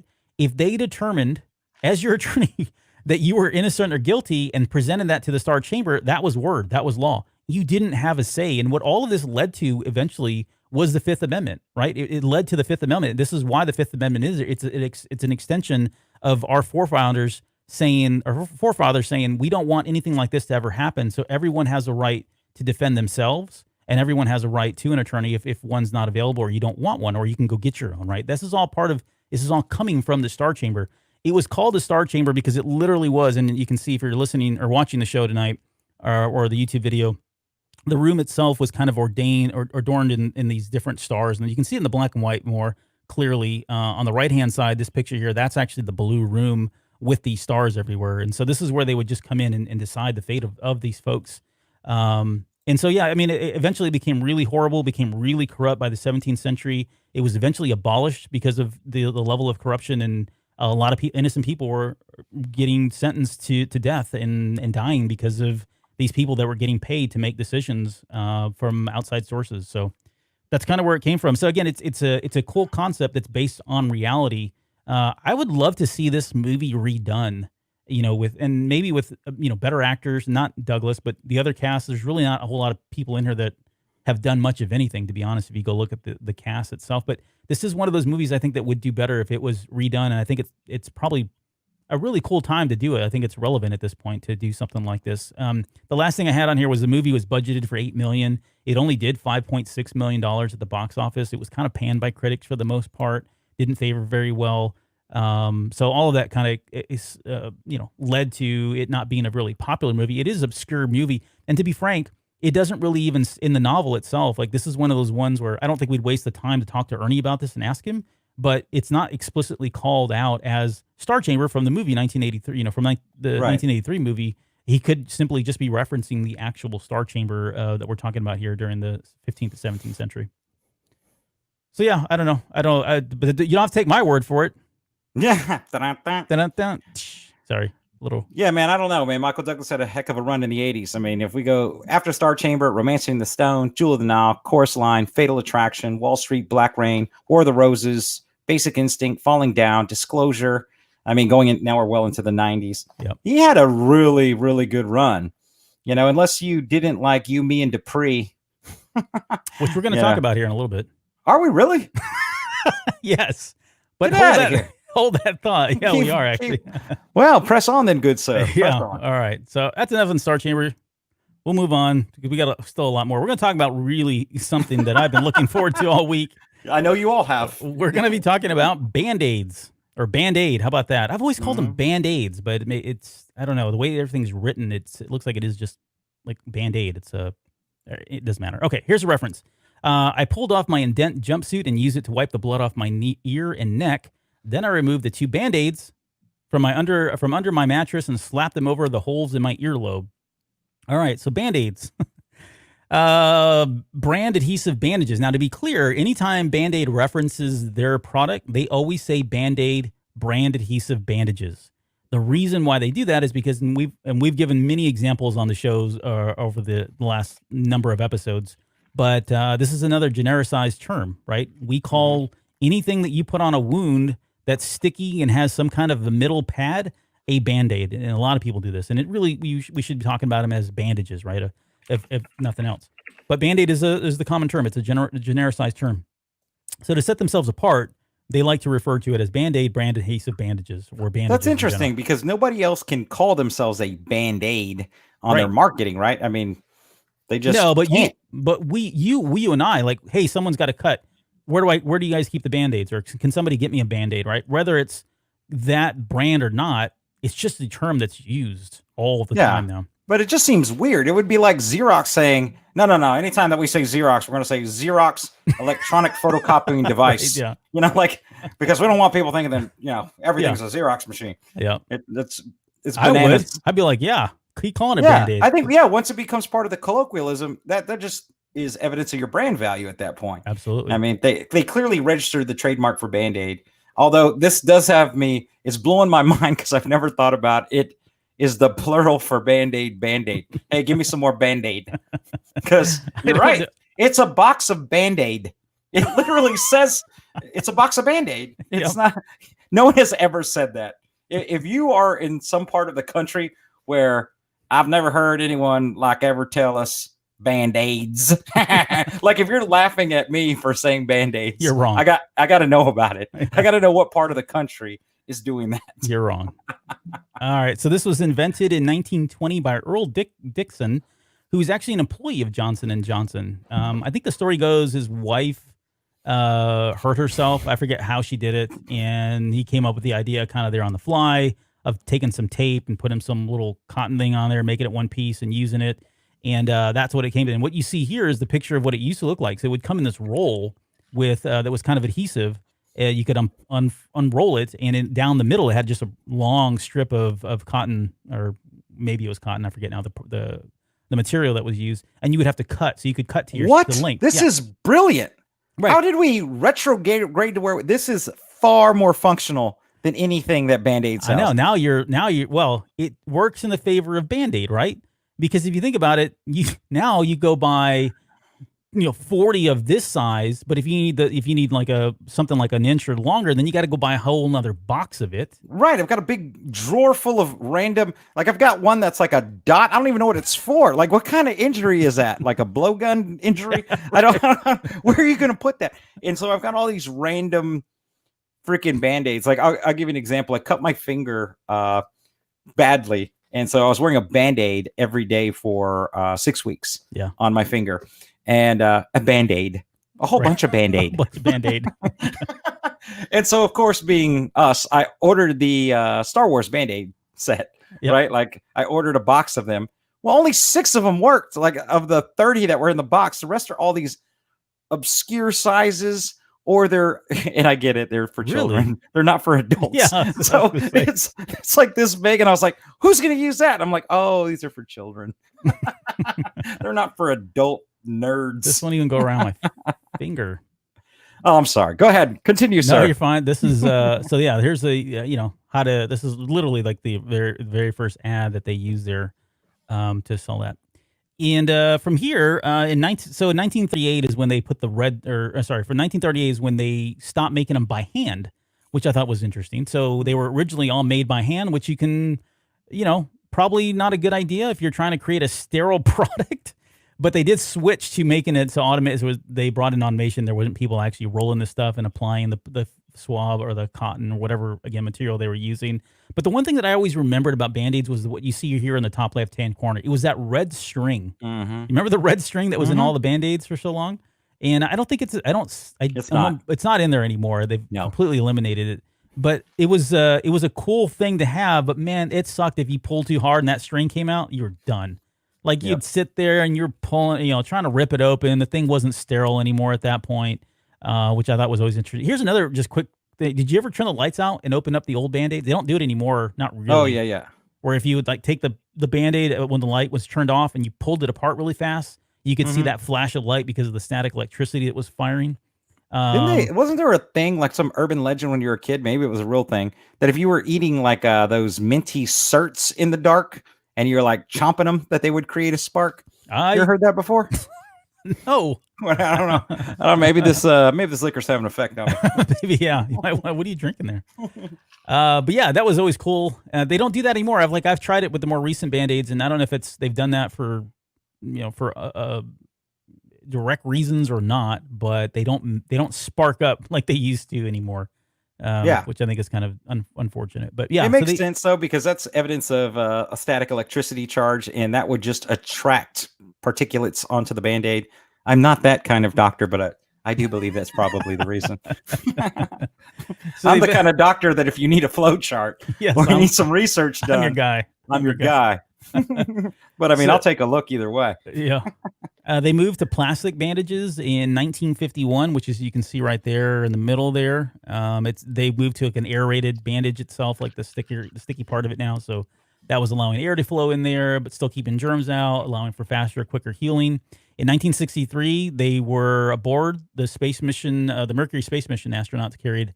And I tried to get a good picture of it. They were really all blurry. I was trying to show you like their first aid kit, if you will, that had them in there, but I couldn't. So that's an astronaut. Trust me. That's actually a cosmonaut. No, I'm just kidding. Oh, well, yeah, maybe. Shut up, Will. So in 1994, they came, and then we've got a whole bunch of different products here, but they've got the Sport Strip that came out in 1984. They were the first to put Neosporin or some antiseptic, and now they don't even call them. I don't even think they use Neosporin. I think they do, but they have like an off-brand as well. If you don't want to buy the Neosporin, which is a little bit more pricier than the other ones. You remember the Flex, the clear strips? That was a big deal when those came out, especially for somebody like me. I thought that was genius because up until the Flex strips, everything was this bright, pale color that looked terrible on my skin. I mean, I'm a little bit darker. No, I'm a little Mexican, but it stuck out. You're not that short, sir. You're average height. You're not a little Mexican. Those and like the sports strip, you look at that's like orange. Like I don't know if they were going for like the tan look there or whatever, but when the clear strips came out, I was like, oh, this is awesome. I mean, yeah, it still had the white part. It was really stuck out like a sore thumb, if you will. They came out with the Skin Flex, which I thought was one of the bigger ones there. So that was the first one that allowed you to kind of gave you a lot of flexibility and stretch. I never felt like that one really stuck very well. Like that one came off a lot, which is not, not something I would think with their products. They've always had pretty good products, in my opinion. And then finally, my favorite, and I know I'm talking like, wow, look at me gushing over Band-Aids here. In 2017, just 3 years ago, they introduced the Skin Flex Band-Aid. And if you've ever used a Skin Flex with any and compare it to any other type of bandage, I mean, it's like night and day. It sticks. It looks great. They've got different colors now. They've got different tones. I think like they offer like 5 or 6 tones that you can buy in all of their bandages now. Although they're harder to find, but online you can find them. But yeah, that's new though. That's not like that was, hey, they decided to pull in this diversity. Oh, right. Yeah. That was literally June of this year. Yeah, I'm saying like they decided they were going to embrace the diversity of color. At one point, one of the packets though, and I found this hilarious, had like all of the different skin tones. I don't know what kind of family you think I'm running here. Like they're reeling and dealing. I guess for a school. But, if I come back from the hospital with like 5 different colored kids, my wife and I are going to have a sit down. Right. What's happening here? Good thing Band-Aid has made a box of Band-Aid for us. Oh, man. Oh, crazy. Yeah. So they do offer multiple colors now that you can buy. So, but yeah, man, I'm telling you, flexible fabric, it's worth the price. So go out and run out and buy that immediately. That's still the best Band-Aid. That's the only reason that they aerated the original plastic is they couldn't replicate the flexibility of cloth. Yeah. So yeah, that's all you need to know. Wow. One size does not fit all, by the way. I don't know. Jeez. What are we talking about? Band-Aids still? What happened? Did we change gears? I can't remember. Here's the last thing I have is this is kind of, you were talking about this. I mean, Band-Aid has like all kind, you name it, every type of license you can possibly think of. They've done a Band-Aid of it at some point, and I don't know why I picked these. I mean, there's some of the original fun Band-Aids that came out. Those are the Stars and Stripes that came out, I think, in the 50s or 60s. I put the Star Wars ones up there, but you're right; they're not made for you, Will. So they they are limited in the length. Like they barely get around your finger because they're not made for you and I. They're made for younger kids. So yeah, the 3 on the left you can use. It's the other 3 that are useless for an adult. I actually ended up, because I couldn't waste them. They were expensive because they're hard to find, some of these. Yeah. So I had these in a box of Toy Story once. So what I did was I just kind of like opened 2 of the tiny ones and kind of taped them together to create one Band-Aid. Yep. And they've had limited edition ones. There was the Mickey Mouse one. They did a celebration for that at one point. You can still find those. I don't know if they just didn't sell well, but they've been on the shelves for at least 10 years that I'm aware of. But they, they'll release different limited edition box sets, if you will, for different Band-Aids. So if you're really into Band-Aids, there you go. Okay, we're going to move on and talk about Gunsmoke. No, nice. Just kidding. Yeah, let's do this. So we're not talking about. Sorry, wrong Gunsmoke. I was going to do the whole thing with Pat Benatar again, but I was like, no, I've already done that joke once. And I'm with who? Pat Benatar? Yeah, you remember I brought in Liza Minnelli. And, that was Superman. Awesome. Yeah. Superman. I was going to do that again, but I was like, yeah, it hasn't been long enough to play that joke over. So here's Gunsmoke. So this is one of those quotes that is used, and I don't know, you've got the digital version, right? Well, go look up, just do a quick search if you don't mind. Go look up Get the Hell Out of Dodge. It's used a lot in Ready Player One. I'm going to say it's at least 5 times. I may be wrong. Okay, so the over-under is 5 is what you're thinking. Yeah, I think it's 5 times. 5 times they've used the quote. Definitely. Here, let me read the quote, and then we'll get the answer from here in just 1 second. It says, I also warned her about their plans to abduct her from her home. And this is when he's talking to Artemis. I pulled up a copy of the dossier off the flash drive and attached it to my message as proof. Then I politely suggested that she leave her home immediately and get the hell out of Dodge. So that's it. And again, this is said a number of times in the novel. 4 times. 4 times. Page 98, right? 98, 147, page 228, and 299. Dodge is referenced 2 other times. Once is the verb dodge, and then once referring to a Dodge Omnis. Oh, yeah, the car. That's right. Okay, the vehicle. I don't even know if it's a car, whatever that is. All right, so 4 times, and we've kicked the can on this, and we kept saying, "Oh, we'll talk about it next show. We'll talk. We're out of chapters. We have to talk about guns or get the hell out of Dodge at this point." So that term, "get the hell out of Dodge," is where we get the quote, the reference, the pop culture reference, and it comes from Gunsmoke. This is a show, a Western television show. Honestly, I mean, my goodness, we could spend all day talking about this, but all day. It is. It starred James Arness as Marshall, Matt Dillon. It had Dennis Weaver as Chester Good, Milburn Stone as Doc Adams, and it's one of the earlier ones that earlier shows anything that quote Doc was used, and that gets used a lot in TV series and books and comics and whatever else, right? Amanda Blake as Miss Kitty Russell, and she's the fine lady right there in the middle. It also had Burt Reynolds, which you can see here. He's the one that's squatting down there, and I've got another picture of him. Oops, sorry. Another picture of him right there. So this ran from 1955 to 1975, 20 years or 20 seasons total, 635 episodes total. There's some controversy, which we won't get into on the show, as to whether or not it truly is 635. There's a lot of, there were freaking websites dedicated to this, and I was like, okay, that's way too much information. But 635 is officially how many episodes they did. And with 20 seasons, it puts it as number 3 as the longest running primetime television show in history. So I probably blew it already, and hopefully you're not looking it up, but can you tell me what number 1 and number 2 are, in who beats Gunsmoke in terms of the number of seasons for primetime television? So we're not talking about daytime soap operas, because that's a whole primetime television. I got to think The Simpsons are up there. Yep. Right? Are they one of those? Yes, they're number 1. They're number 1, and number 2, I'm gonna go with Cabin Boy. No, I'm just kidding. I don't know. Wait, if I were guessing, it's too late. It's up on the screen. Well, that makes sense. Yeah. So I guess I could have gone. So these SVU is interesting to me because that's had the most staying power, but Criminal Intent's my favorite Law and Order by a million. I love Criminal Intent. I can honestly say I don't think I know the sound of Law and Order, the doom doom, whatever that is. I may even got that wrong. Yeah, no, you got it, nailed it. When I hear it, I know what it is, but I've never seen a single episode of Law and Order on. I don't even know how many versions they have or have had, but I've never watched an episode. Period. I own every Law and Order on DVD, like all of them, like all of them. Okay, but you know, the newer Law and Order, like the newest SVU, and I think this is going to be the last season. Although they've been saying the last season for about 4 seasons now. Yeah, I'm not. I don't know. There's a lot of spinoffs. Yeah. Well, in terms of where they rank, and so again, 20 seasons for Gunsmoke. The Simpsons is at is 32 seasons and still going, right? No end in sight in terms of that. So they are far away number 1 at this point, because number 2 is Law and Order Special Victims Unit, which I guess. So what? Victims Unit came out before Law and Order because they have them at 21.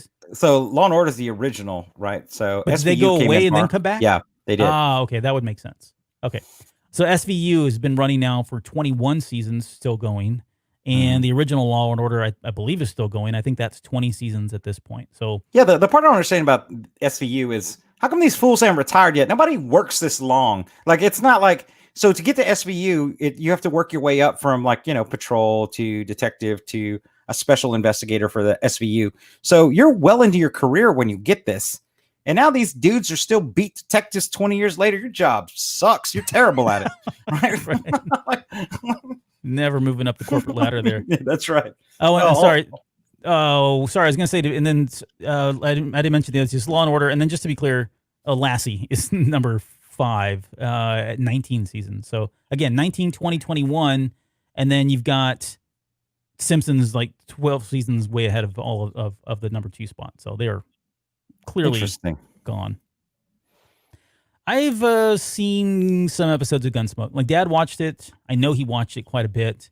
I caught this, and I tend to get, because to be fair, I watched a couple episodes ahead of this just to make sure I could answer questions or whatever came up. But it's not a series that I've ever seen. I'm not going to go dedicate, however much long time it's going to take to watch 635 episodes at 30 minutes apiece. For this, I think they're also behind a paywall right now with CBS. So if you want to watch them, you got to pay their $9.99 subscription, which I've complained about on this show many times. I'm complaining about it right now. I hate it. I think it's a terrible price for what they're offering. But anyways, so $9.99 if you want to watch it. You can, even online, they are notorious for pulling down anything on YouTube or anywhere else. They just rip it right off immediately, which I understand. They're protecting their property. Don't get me wrong. I get it. But as a kid, I always got this mixed up with Bonanza, and the two are very interchangeable for me, although they're very different. But the guy that plays Marshal Matt Dillon, James Arnett, he was in it the entire time, all 20 seasons, and it's crazy when you look at him. I think I've got one picture of him here, right? You can see him here on the far left-hand side, and then that's him right there early on. When you look at, and I didn't put a picture in there, but when you look at what it looked like in 1975, it's really cool. He's playing like a really old Marshal at that point, real grizzled looking thing. So from that perspective, it'd be like, wow, that'd be really neat to just kind of watch this series and just understand why it was so popular. Originally, there was talk about, John Wayne was going to be the main character, and he was never really ever considered for the role. Although it's interesting, they did get him to plug the show. So when you watch the pilot of Gunsmoke, it opens with John Wayne. He's like, "Hey, you might know me. My name's Wayne, and I've done a few movies here and there recently, and I got to tell you about this new show called Gunsmoke. You're going to want to watch it." And he plugs the whole thing for like 1 minute, and then they roll right into the premiere episode of Gunsmoke. So just to be clear, that was your John Wayne that you were doing right there. Yeah, it's either John Wayne or or Albert. It was one of the two. Or it's me, yeah, right. But yeah, they roll right into the premiere episode, and so it was a good way for him to send off, because you think about his popularity at the time and the prolific amount of movies that he had done around westerns. You couldn't have asked for a better person to actually sit there and champion this new show. So maybe he had something to do with the initial success or not, but for whatever reason, again, 20 seasons is a mark of a lot of success. So power to them. Here is well, I didn't mean to cover up that much of it. There's a picture of what Dodge City. So get the hell out of Dodge, right? To get back to the reference, the whole thing was based in Dodge City, Kansas, right? And which is a real city, which is what you see right here. That's kind of an old timey picture of what Dodge City looked like. And Dodge City looks like it's from Google Maps. It's the one underneath. I know. Oh, I didn't mean to make that so. Look at this big. old time photo. But so Dodge City is, where there's like Sitting Bull is pretty famous. But I mean, by and large, the most famous person that we know historically was around this time and hung out here was Wyatt Earp. They've got whole museums dedicated, city or towns, roads named after him. Lots of stuff. But this is what it looked like, and that's, I guess, relative to where it is. And this, like, I put this on here, and I'm thinking, oh, I'll put a Google map so people can see like where it is relative to like Wichita or can't I I have this, I'm thinking about it now. It's like, well, that was dumb. I don't even know where Kansas City is relative to anything outside of, all right, it's whatever. Okay. Wow. You go. So here's what it looks like. Here's Dodge City. We're moving on. Dodge City is that little marker there. Here's the close up. And I put this in here because you probably can't tell, but here's Wyatt Earp Boulevard that kind of runs right through the middle of it. I was surprised they got an airport as well. It's kind of cool. And here's what it looks like today. So they've preserved that old timey picture, not the Google Maps one. That's still preserved. They've got a museum there. It's all been fenced off. This is a national landmark. I mean, people have come from all over the place to come learn about Wyatt Earp. When you get there, you look at looking at some of these stores, the what do you call it? The souvenir stores that are lined up all over here, and it's like half Wyatt Earp, half Gunsmoke. Like they sell anything that you want with the Gunsmoke logo because of just how popular this city became because of the show that was out. So and then they took Walnut Street. So this was a city, name of a street that was famous in the TV show but did not exist in the real Dodge City. And I think it was in 1950 something. I thought I had 1959. Well, Will's out of here. He's leaving.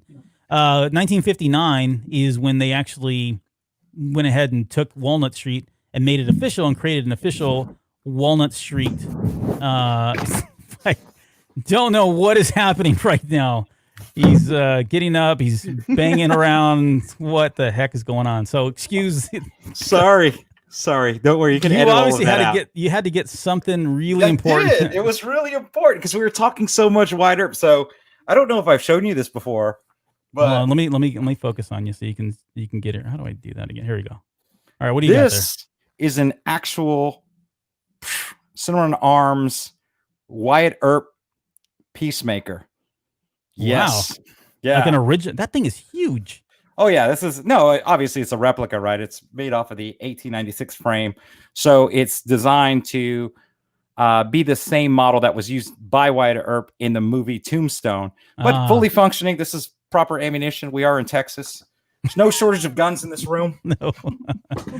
Okay. Well, thank you. I honestly thought you were done with the show and got up and like, okay, and there he goes. I can't hear this anymore.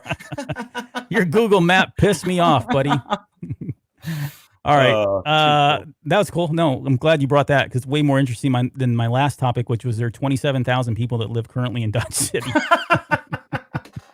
Hey, come back on the screen. Founded in 1927.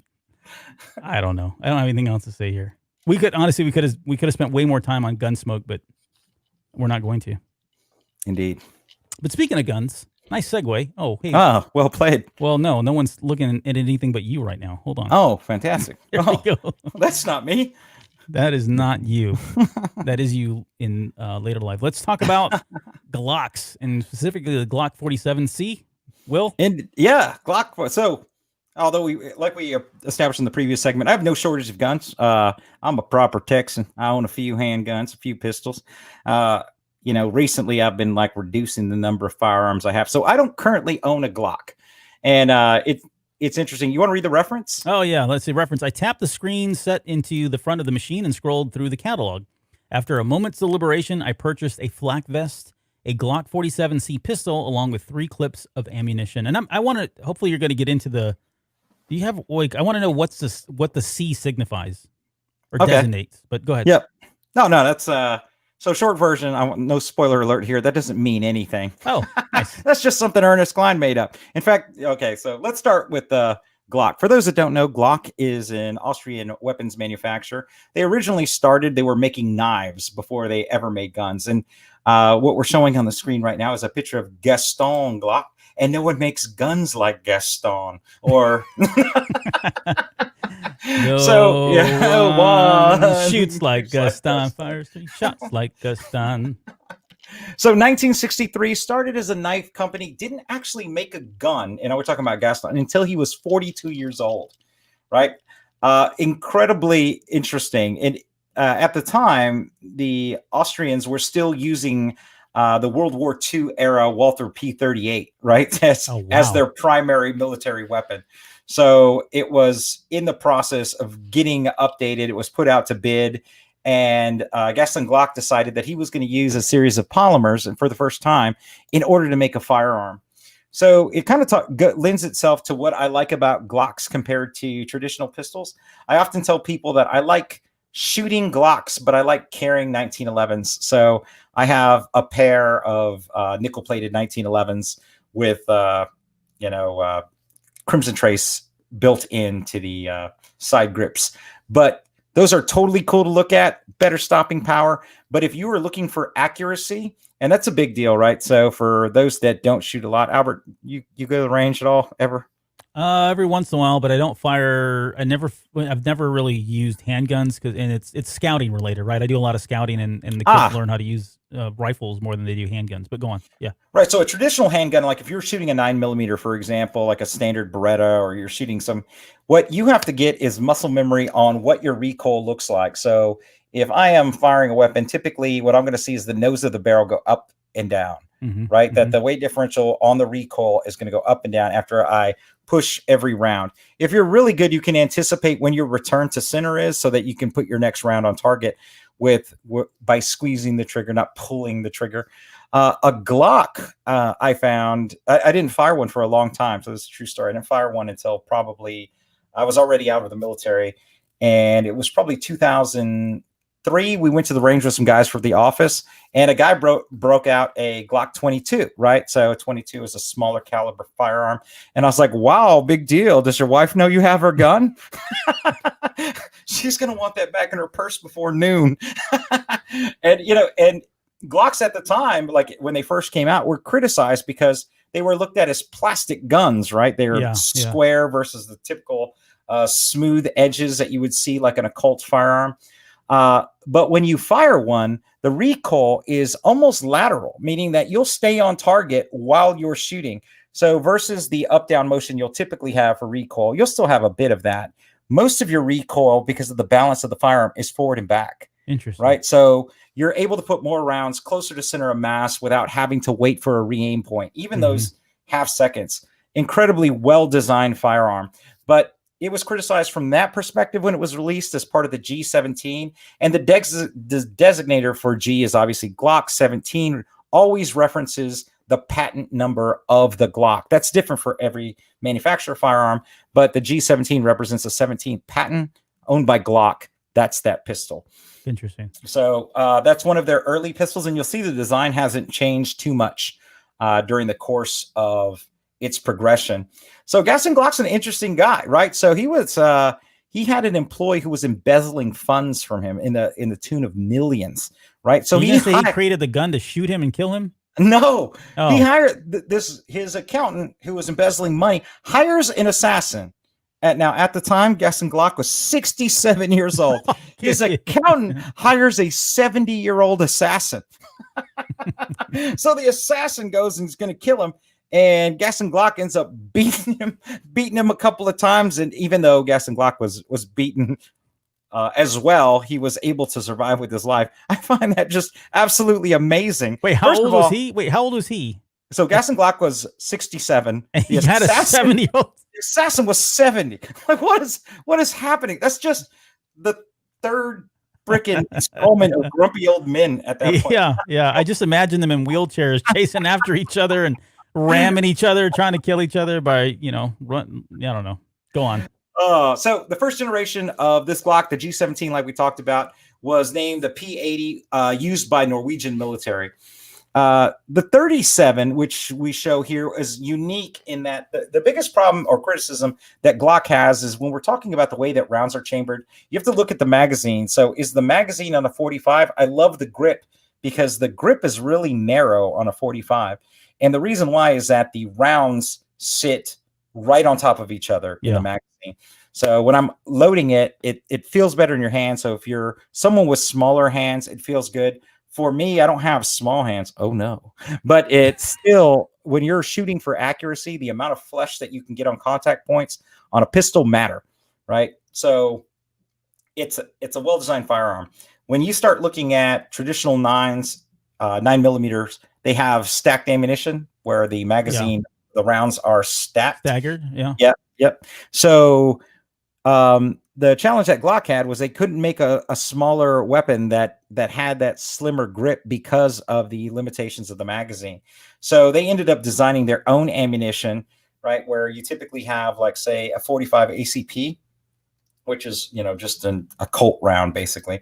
They developed a gap round, which was just for a Glock automatic pistol round that was slimmer, shorter, and able to fire out of basically a full-size cartridge out of a compact semi-automatic pistol. The G47 was just released. So again, Ernest, the great prognosticator, came up with this Glock 47C. The 47 was released last year and is not available for public sale. This is available only to Customs and Border Patrol from the Department of Homeland Security. In fact, it doesn't have a C designation, but it is kind of cool because it is Customs Border Patrol. So it does have a CBP designation that is actually engraved right onto the side of the pistol. Yeah. So the 47 just came out and is not available to the public, but really cool. I thought it was really cool that Ernest Klein was like, hey, I'm going to call this out. Yeah. I mean, obviously, you could probably pick up any random number with a G in front of it, and Glock's going to invent it. But the idea of the timing being right before Ready Player One, and that, yes, there is a relationship to C, although not really, but at least it's got the Customs Border Patrol kind of reference. Yeah, I mean, he's reading the tea leaves and going, okay, they've done a 17, a 27. There's no 40s. I'm writing 47 in, and I'm gonna throw a C on there just to make it fun. Make it fun or different. Yeah, still, cool. in my opinion, still more accurate than half the crap that Nostradamus gets credit for. All right. Yeah. Okay. Well, thank you for that. Speaking of weapons, we've got one other one here. This is Adamantium, which we're going to spend the next hour talking about. We probably definitely could. So this is holy. You know what? Shoto whispered. Seriously? I nodded. Dude, you have balls of solid adamantium. H said. Respect.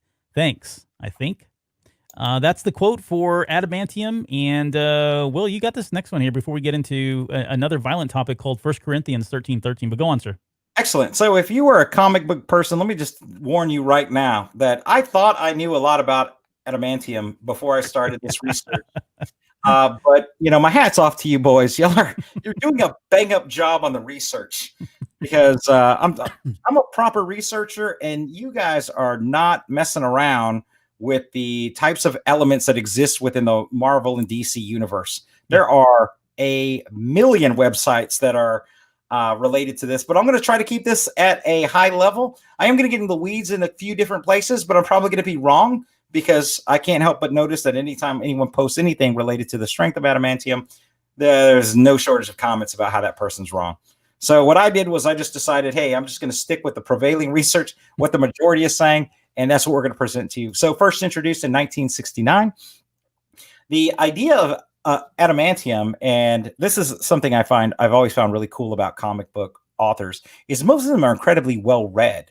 So the concept of adamantite, right, which is a fictitious material that is referenced and has been referenced in literature for thousands of years, is really where they created this derivative of adamantium from. So they actually took something that was written in what I would consider for lack of a better word, the comic books of the past, as part of Greek mythology beyond the god structure, and then pulled it into the story, and then later brought adamantite back into the Marvel universe much, much later. So what I would say, adamantium is best known for being fused to Wolverine's skeletal system as part of Project X, right? That's what you would know it for. And adamantium is also an element in one of the Captain American shields that were made, along with a little bit of adamantium and a little bit of vibranium and some other secret alloys. If you ever look at how that original shield was made, the story is ludicrous. And this show isn't long enough for us to get into. No, it's not. So adamantium is like we talked about, it is referenced as being what the sickle that Perseus used to kill Medusa. So I know for those that saw Clash of the Titans back then, he had a sword and he had the helmet and he had the shield. It was actually a sickle in Greek mythology originally. And it's a nod to it. You kind of see that middle ground of what his weapon looked like in that work of art by a freaking sculptor that I should probably know. Anyway, that was made out of, according to Greek mythology, out of adamantium. Also, when Prometheus was bound, and this is a famous piece of art by somebody else I should probably know, the chains that are holding him down also made of the same substance. The Virgil's gates to the prison of Tartarus, which is the level of divine punishment in hell. And so divine obviously didn't mean good, it meant highest. Mm-hmm. So of highest punishment, those gates were made of the same substance. And Paradise Lost mentions this substance 8 different times, right? So that is the history of where we get that term for. But that original term is still used in the Marvel universe, and 4 weapons are claimed to be made out of it. This substance, adamantite, is stronger than adamantium. It is the purest form of it. It is all of the forms can be enchanted according to people who spend more time on comic books than I do. But if you take them at face value, the 4 strongest weapons being the golden mace held by Hercules, Neptune's trident, which is different than Namor's trident. I don't even want to get into it. Right.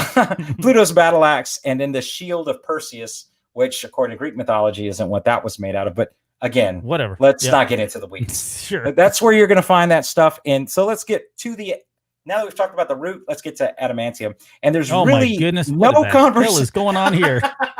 So you can't have, and I'm not kidding, you can't have a conversation about this without talking about vibranium, carbonarium, uru, and about 15 other, but I try to simplify this as much as possible. Okay, so all right. Let's just focus on adamantium. 1969.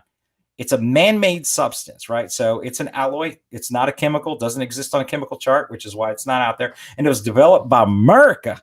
America made it, right? Depending on which books you read, because there is evidence that it was actually created in Japan. So any one of the 3 characters that I have down here that I'm showing can claim that they own it. So the American storyline in Captain America says that Dr. Myron McLean was the creator of true adamantium, but there's others that say that it was developed by Kinji Oyama, who was Lord Darkwind, and he was trying to create during World War II a group of invincible samurai to fight as part of the Japanese thing, right? That didn't happen. And then you have Dr. Abraham Cornelius, which most people are familiar with. He was the lead doctor in that's this guy right here in the center of the Weapon X program. Yep. Yeah. So that's what most people know. The guy to the far right did Captain America's shield. The guy in the middle did Wolverine. And the guy on the left didn't do a samurai army because someone stole his plans. So adamantium man-made in the U.S. There are 5 different types: true, secondary, proto, beta, and allotropes. The ones that matter most to us are true adamantium and proto adamantium. There's a ton of differences here, but I'm just going to go with, look, the true adamantium is what you'll find in Captain America's shield. It is one of the reasons that Wolverine's claws cannot penetrate his shield. All right. Wolverine's endoskeleton is coated with proto-adamantium. And the difference is that proto-adamantium actually adheres to the cellular structure of the bone and adapts as the bone grows. It was Marvel's attempt really to explain why, if he had these adamantium bones, how he was able to generate white blood cells and additional red blood cells, since some of that is the function of the marrow within the bones. I don't know. These people are spending way too much time on this, right? So then we have vibranium, which is a meteoric ore, first introduced in 1966. most known for being part of most of Captain America's shields. Then we have a carbonarium. I'm not even sure I'm saying that right. Carbonadium. Carbonadium, yeah. Carbonadium wasn't introduced till 1992. It's supposed to be almost the antithesis of adamantium in the sense that it is a cheaper version of adamantium developed by the USSR, but it is also what what's his name? Help me here. Which one? Not Deathstroke. Swords. Deathstroke's not even the right one. Swords. The dude from Deadpool. There you go. I don't know. You know what? I could only think of waiting for some reason. And then of course we have Uru, which everybody recognizes from being, you know, Thor's hammers made out of this. Yeah, there's two types. Both are made from the first moon. Both types are enchanted, but it's either metallic gold or wrought iron. And look, this could be 40 hours easily. So I have done. Go ahead. All right, ask me any questions you have. I'm going to save you here. Yeah, hold on, let me bail you out. So do it. If you had to just summarize, like, which one of these, is there any one that is, bar none, the strongest material out of all of these, or is that just really, you know, dependent upon other variables and factors and all that? Is there anything that stands out, like, as this is the strongest substance? In the Marvel universe, or are we talking about altogether? No, I meant like, yeah, like, so is adamantium stronger than vibranium? Is vibranium stronger than Uru? Or is Uru, are they all the same? Like, you see, like, so I think of like the Marvel movies, right? Because let's just talk about that since it's the more recent one, right? You have a scene in there where Thor clearly comes down on top of the vibranium shield that Captain America's using, and we get that big sonic boom kind of thing. And so you're like, wow, it's, you know, it was able to withstand that. So is one stronger than the other? And then you think about, like, it depends on how you classify it, right? So I think Marvel did a really good job here when they were building the legacy. So if you're talking about, from my perspective, what is the best metal, vibranium's actually in its pure state, which is Antarctic vibranium, is a anti-metal, which means that it actually breaks down the molecular structure of metals when it impacts, which makes it highly effective being as a weapon, right? But if you're talking about durability, right, if you're looking at it from, like I say, a Pascal scale or something, then adamantium is going to be higher. You know, the one version of carbonadium that they have that exists out there is more flexible than vibranium. It's effective for weapons, but it's also highly radioactive, so not really the best to use. But within the MCU universe, none of these are the strongest metal, and that's Dargonite, right? So Dargonite, which I don't even have up here because it's only referenced in one Marvel issue. You know, I think it's made maybe three appearances. That is the only substance that's known to be able to penetrate adamantium and can actually pierce it. So Dargonite is the correct answer. And it's not even on the board. I guess that was a trick question. Well, no, the question was really between all four that you have here, but yeah, it depends. It depends. I think if you're trying to make a shield or you're trying to make a weapon. Yeah. Okay. That's fair. I've been laughing throughout all of this because originally, you know, so kind of pull the curtain back a little bit. Usually at the end of the show, when we're done, we wrap up, we come back on, and Will and I start talking about, okay, hey, which do you want next week? And we kind of pick and choose. Oh, I want this one, or I want to talk about that one, right? We pick these out. And he, like, dove headfirst into adamantium. I thought, man, dude, you don't know what you're getting yourself into with this one. Because what are you guys doing out there? I mean, so much. I'm sure they're probably thinking the same thing about what are you guys doing with this Ready Player One thing? Yeah, but no, I get it. No, bro. I'm telling you right now, I enjoy metallurgy, and you know, I do research on it. Even for work, we talk about it quite a bit. It's a big part of what we do, right? You know, as you know, or maybe don't, one of my little brothers is studying to be a geologist. It's a really close tie in terms of sciences to this. And I started reading some of these articles, and I'm like, these dudes are not messing around. Nope. They are. And what's crazy about it is they are building all of they're not real tests. So they are treating it almost like it's a science, even though it's all fake, right? Like this isn't a real thing. Oh my God. It's incredible. Respect. Yeah. Was that the only one? Is that the only thing? Yeah, I think it was enough. All right. Well, thank you. You did a fine job of that. I applaud your efforts there. Hey, by the way, just a quick production note. When you came back and sat down, your mic got pivoted. So your voice is coming been coming in and now? out. Whoa, hello there. Hey. Barry White has now joined the show. Thank you for joining, Mr. White. Never find a love like. How much can you sing on YouTube before you owe royalties? I think you can do whatever you want. There's no limit. Oh, really? Yeah, you can go do the whole song if you need to.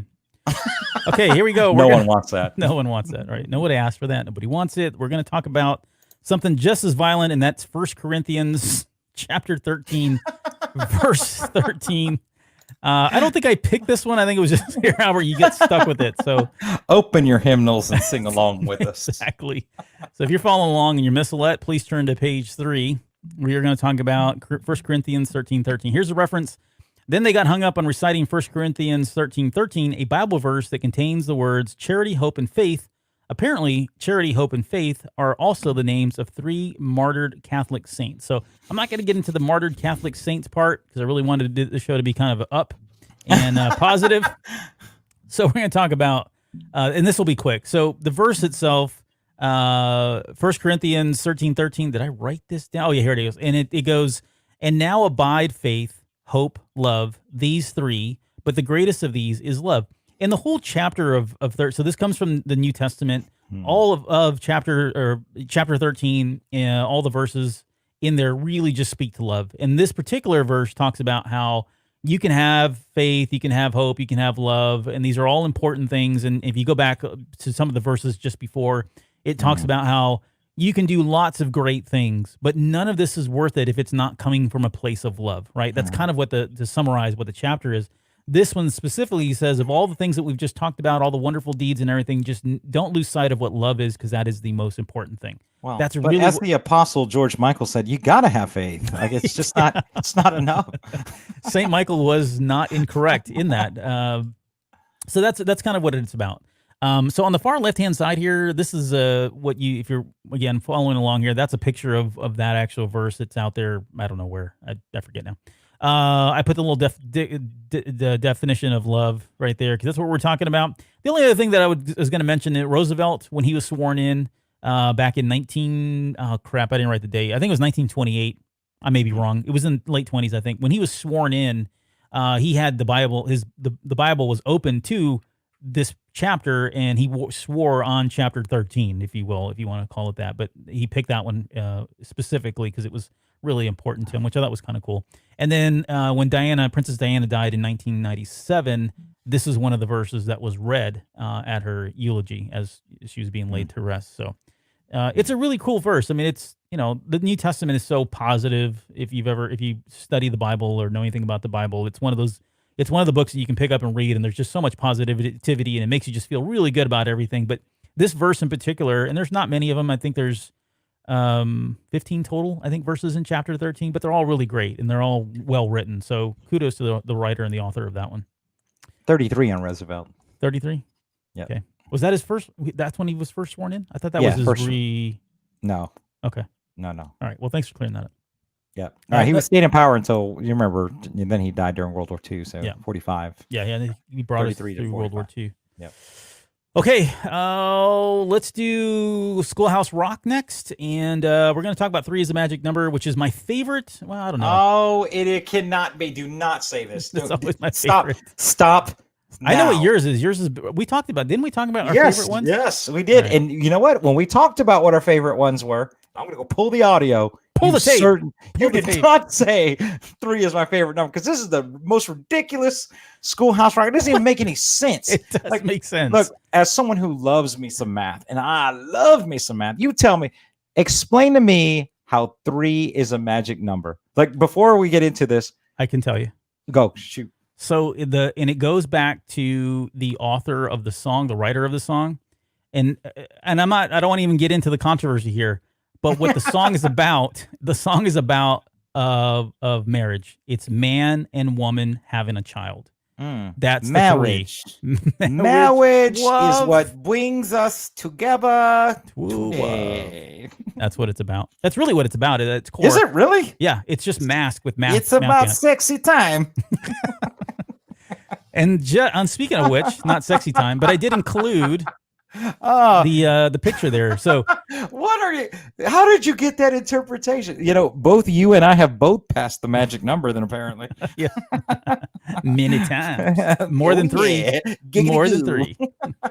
What is happening? This is a little picture here from the video or the cartoon. Three is a magic number, and at one point in the lyrics, and I didn't write them down. At one point, it actually explicitly says a man meets a woman, they have a baby, and three is the magic number. Right? That they even say it in there. It's one small verse in the line of all this multiplication. So again, this is from Schoolhouse Rock. That makes no sense. So the math there makes no sense. Like, so I did get the lyrics. I don't know how I missed the allegory for the metaphor for having a baby. Yeah. But the math, like, it's like 3 shows up 3 times in every 10. So it's 3, 6, 9. I'm like, well, that's nonsensical. You can say that about 5. 5 shows up twice.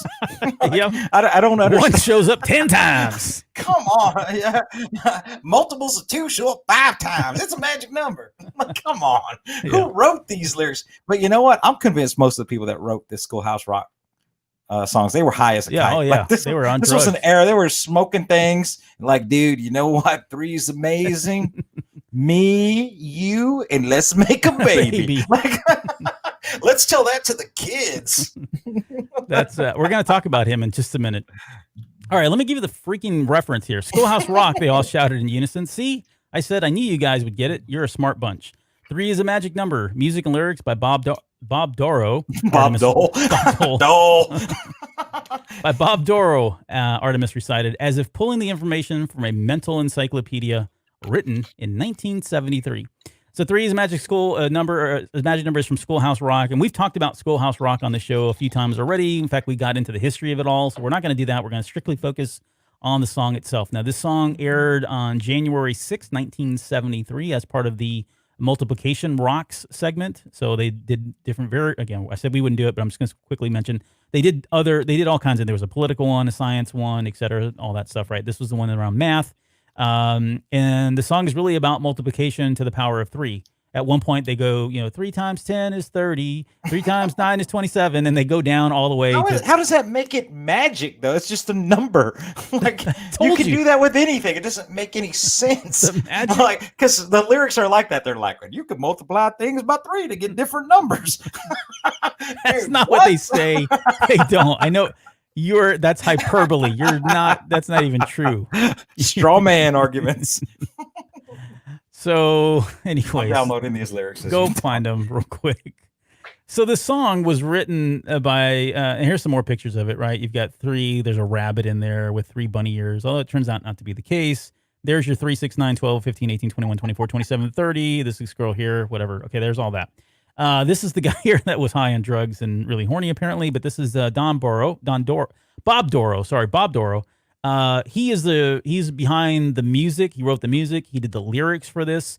He had a total of 27 albums. I mean, he had a very prolific career. And now in his music, don't get me wrong, he wasn't doing pop or rock or anything really popular, but he was out there writing and producing and putting out albums all over the place over the course of his career. Also published vanity albums he's making. Look at this guy. I've never heard of this dude before. Come on. Yep. Successful. I made 27 albums. Look, it's what he's saying to you right now. I got 27. How many you got, Will Wilkins? I've got more than that. I've got at least 30, but they've never been released.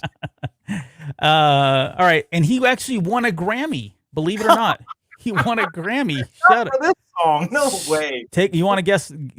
Well, you may not get it right. Well, what song do you think he won a Grammy for? Toto's Africa. Close. It was actually this song, 3 is a magic number. He won a Grammy. No yes. way. In 1973, he won a Grammy for 3 is a magic number for best recording for children category. Oh, come on. That's not a real category. So I did find the lyrics. Can I give you a little flavor of these? Sure. Go ahead. Tell me what it says there. So you've already peed all over it, but go on. I'm not going to give you any inflection in this. Okay, go ahead. Somewhere in ancient mystic trinity, you get 3 as a magic number. There are the past, the present, and the future. The faith, hope, and charity. The heart, the brain, and the body. First of all, who refers to any of that like that? Who says there's 3 parts to the human? There's the heart, the brain, and the body. Come on. Give you 3 is a magic number. It takes 3 legs to make a tripod. Yeah, and it takes 4 to make a table. Like, that doesn't make it magic. Or you can make a table stand with 3 legs. Okay. It takes 3 wheels to make a vehicle called a tricycle. Oh, that's not magical. 2 for a bicycle. I don't get it. Every triangle has 3 corners, and every triangle has 3 sides. No more, no less. You don't have to guess. When it's 3, you can see it's a magic number. Sorry, bro. I'm not buying any of that, Bobby. Oh, God. That's terrible. Albert, that's terrible. It's all right. Now that you've stomped all over our childhoods, I think you. I love Schoolhouse Rock. This is just, I think for me, because I love math, so I didn't recall this when it came up in the show notes. So I was like, oh, this is going to be awesome. He's going to do tricks like freaking Edward James Olmos when he's counting by nines. You like to count by nines? What's 9 times 1? You know, that thing. I thought it was going to be something like that. I'm like, wow, maybe 3 does have some mystical properties I don't know.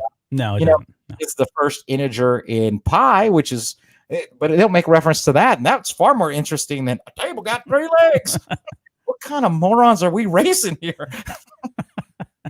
So I think, okay, so all seriousness, or all kidding aside, there is something about 3, right? If you think about, like, from literary, right? There's like plays have always had like 3 acts, right? Okay. There's 3 of. There are a lot of times there's like in storytelling, something happens and it's on the 3rd try that it's successful. I'm trying to think of other references in just like in economics, there's an economic rule of 3, saying there can only be 3 primary competitors in the market, and the 4th will fall off. So I can play this game, right? But it's not in the lyrics. Even if it was true, it doesn't make it. It doesn't make it magic. I'm like, and look, you've already come up with like 3 or 4 different examples. You're halfway to writing a song, bro. Like, all that, make it rhyme, and you're gonna win a Grammy. It's gonna be called 3 is still a magic number. 3 is more miraculous. Like, you should make an adult version, and not to steal your thunder, but you should make an adult version that talks about how much more fun 3 would be than 2. I'm coming after you, 2. Okay, let's get off this train.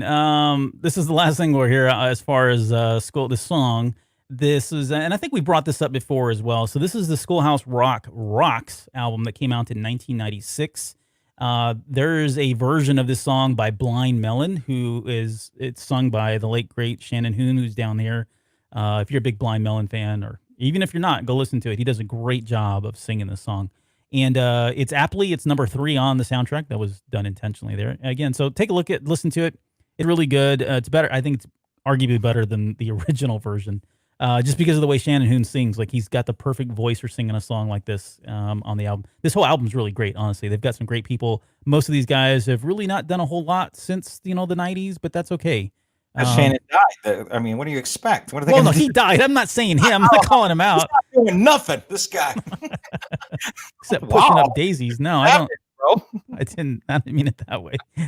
And that version of the song appears on Never Been Kissed, the movie Slackers, which no one has seen, and the movie you referenced earlier, You, Me, and Dupree. So I liked all of these movies. So I like this genre of movies. Never Been Kissed is a cute movie. I like Drew Barrymore. Oh, yeah. Who doesn't? So, all right, we're getting off this one. And this one will be super light before we get into our final anchor of the show. But this is the Orb of Osiovox. So, all right, so let me give you the quote. This is from chapter 27. So, again, this is another one that's come up a few times by now, although we've not covered it in a previous episode. There's no more references, so we have to talk about it. And this is, it says, later that night, this is the verse the reference from chapter 27 when it's first mentioned. Later that night, several high-level Gunter wizards finished casting a series of divination spells on the castle and announced on the message boards that the shield around the castle was generated by a powerful artifact called the Orb of Osiovox, which can only be operated by a wizard who was of 99th level, which we know is the highest level you can be in the Oasis. And this is some fan art that I pulled up first off. Originally, I kept thinking in the back of my head that, oh, yeah, I know this is probably a reference from Shroud of the Avatar, just like there are a number of other ones in here. Well, turns out it's not, and that stumped me because I was like, okay, so where the heck did he even come up with this? And there are other things, and don't get me wrong, there are things. Not everything in Ready Player One is a reference, but 99.9% of them, as we found out on the show, is a reference to something. This is one of those ones that's really not clear. It's unclear as to whether this is an actual reference or not. So we see this in the. So here's what this is, again, fan art that was based on. It's a take between what we see in the movie Ready Player One and how it's described here. So you've got a wizard who has the Orb of Ozyvox, which looks like the Orb of Ozyvox from the movie itself.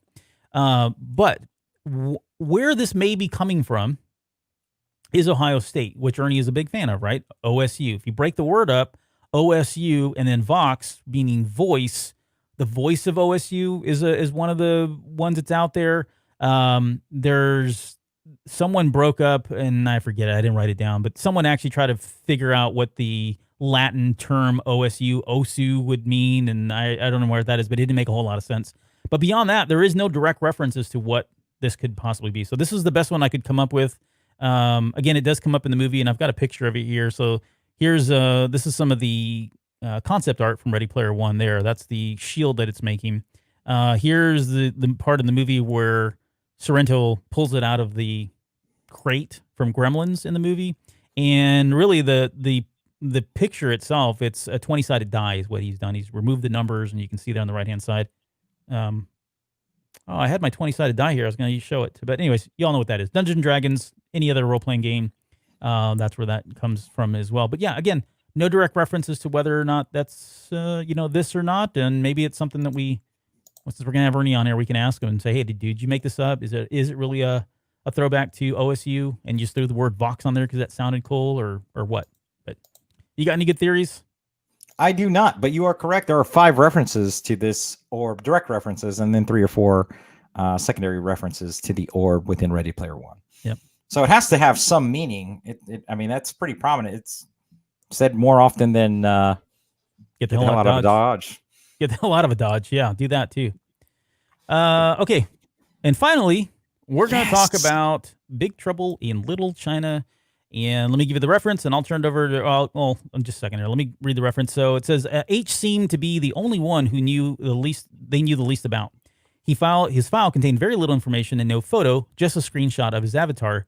His real name was listed as Henry Swanson, but that was an alias used by Jack Burton in Big Trouble in Little China, so I knew it had to be a fake. So Big Trouble in Little China came out in 1986, sorry. It was directed by John Carpenter, and you can give us the synopsis and who all was in it. Cool. So anti-hero Jack Burton, if you've never seen this, and I'm thinking if you're listening to this podcast, you've seen this movie. And if not, I'm going to go ahead and preempt this entire review by telling you should absolutely go out and immediately watch Big Trouble in Little China. Yep. Anyway, anti-hero Jack Burton arrives in San Francisco and meets up with Wang Chi, who is meeting his fiancée Miao Yin from China.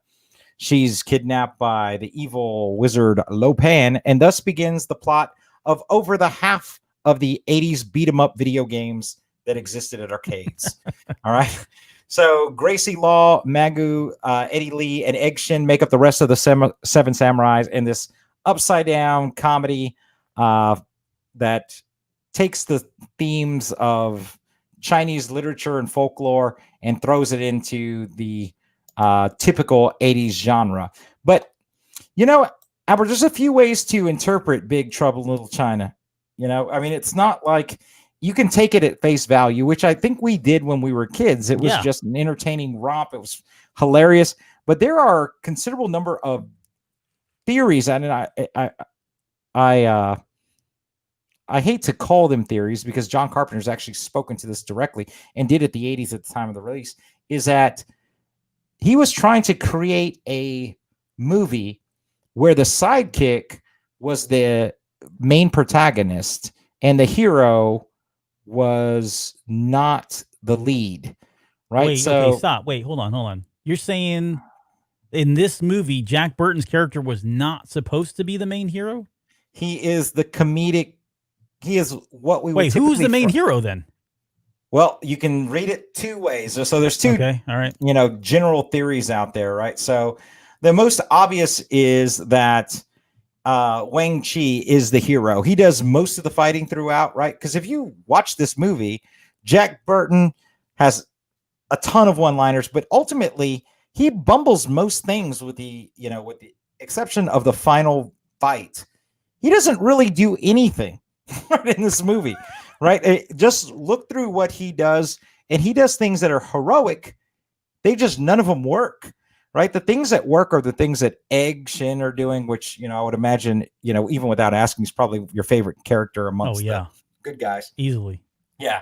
And then Wang Chi does all the actual fighting, all the real karate, swordsmanship, all of that stuff's being handled by him. He kills most of the bad guys in this movie. His body count's way higher, right? So if you look at Jack Burton's body count versus the other people's body count in this movie, he has probably the lowest, right? He only ends up killing like a couple of people. And so people often say, well, what John Carpenter was trying to say is, hey, let's make a movie where we have the prototypical leading man of an 80s movie, right? Mm-hmm. Which is what we're going to have Kurt Russell play.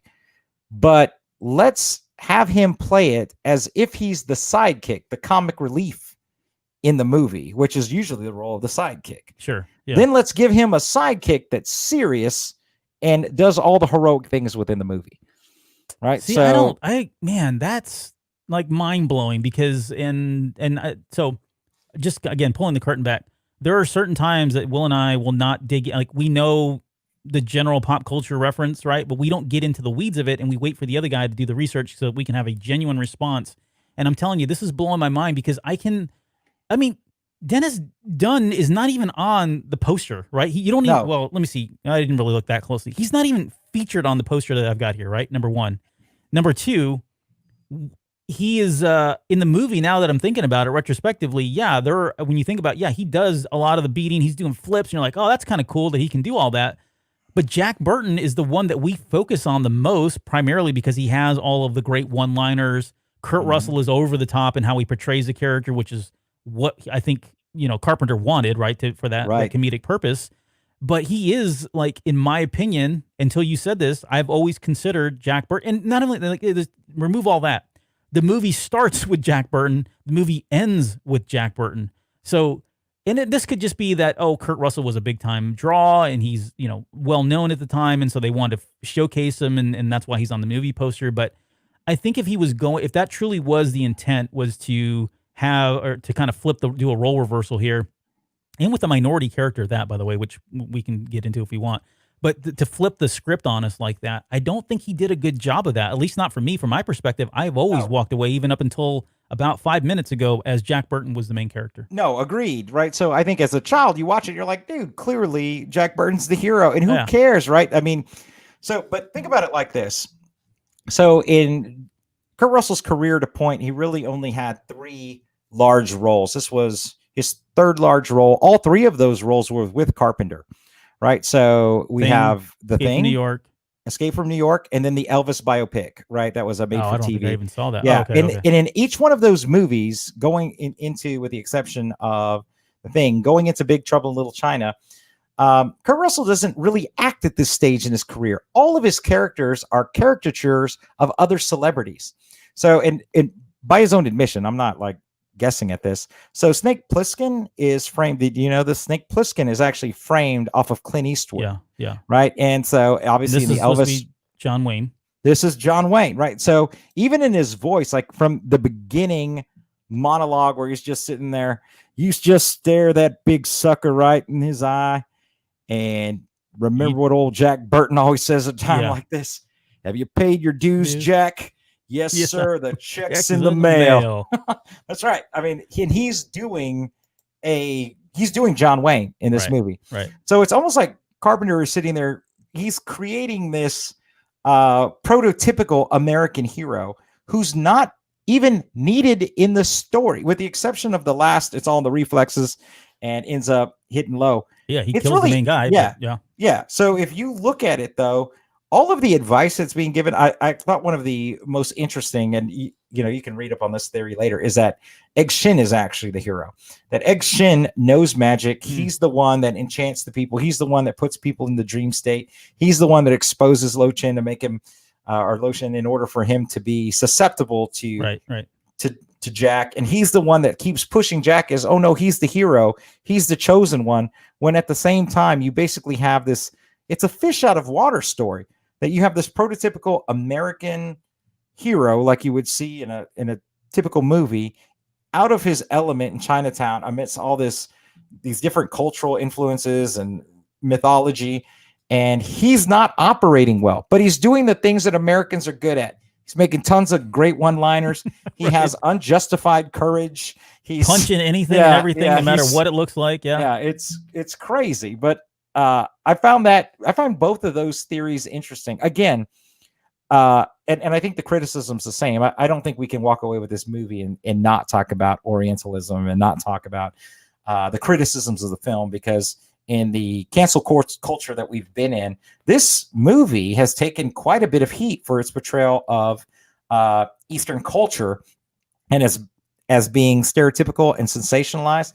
But that's not the takeaway that the actors who were there took from this film, because they thought, look, we're not well represented as protagonists, because I mean, this is before John Woo was making films and it was just everywhere for us. If, to your point, like when we were in the mid 80s, if you wanted to see an Asian protagonist in a movie, you better be watching a VHS import, right? It's not something that's going to be on mainstream cinema. Yeah, Jackie Chan wasn't a thing yet. Exactly. No, go ahead. I want to hear. Go ahead. Yeah, no, go ahead. I was going to say, like Asian characters at this point were the bad guys, right? With the exception of like a Pat Morita, right? That was kind of the beginning of here, you throw this movie in there where there suddenly are protagonists. Before that, you had a lot of ninja movies. You had Sho Kazuki doing a lot of his stuff, and he was doing those things. And yeah, he may have been a protagonist to some extent, but he didn't really speak a lot. And those movies were just, they were flicks to cash in on the hype and all the hysteria around karate and stuff. But beyond that, I mean, yeah, I'm thinking like I can't think of a movie early 80s, at least not right now, where you had Asian cultures, much less, and maybe you're going to touch on this. I thought this movie did a pretty good job of breaking some of the stereotypes. You have Asian actors with their real accents. They're not asking them to come on and inflate their accent to fit a stereotype, right? And I forget the character, not the journalist, the one that hooks up with the journalist at the very end, the one that's in the suit and all that. Anyways, that guy. These were the first characters I remember. Eddie Lee? Was it Eddie Lee? Yeah. Yeah. Like he sounded like, he didn't sound like an Asian person. He sounded like somebody from California. Exactly right. Right. Yeah. And I thought they did a good job of trying to break the stereotype, because they could have easily said, okay, all of you suddenly have, or play up your accents so that people really get it. And they didn't do that. They allowed them to be who they were. Even Dennis Dune as Wang Chi, right? He sounded like a Californian the entire time. And it didn't seem so. And what cracks me up is if you watch this movie, it's a stronger message from my perspective to say that this movie is about how Jack, and the comedy of it is that Jack's not really needed. They already know. It's not like he tells them how to beat him.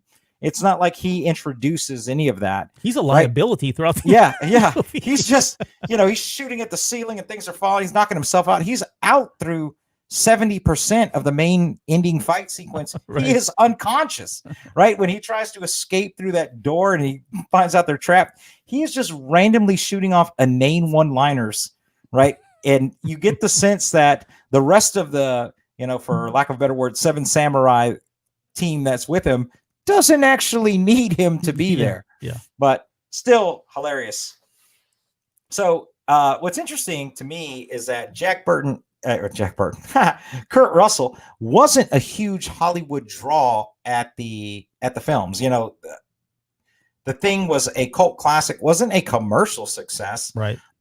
And so when he's coming into Big Trouble in Little China, he was concerned that he wasn't going to be able to carry the movie. And there was an incredible amount of hype around the movie while they were making it. And so they tried this marketing campaign, which didn't appear to work, right?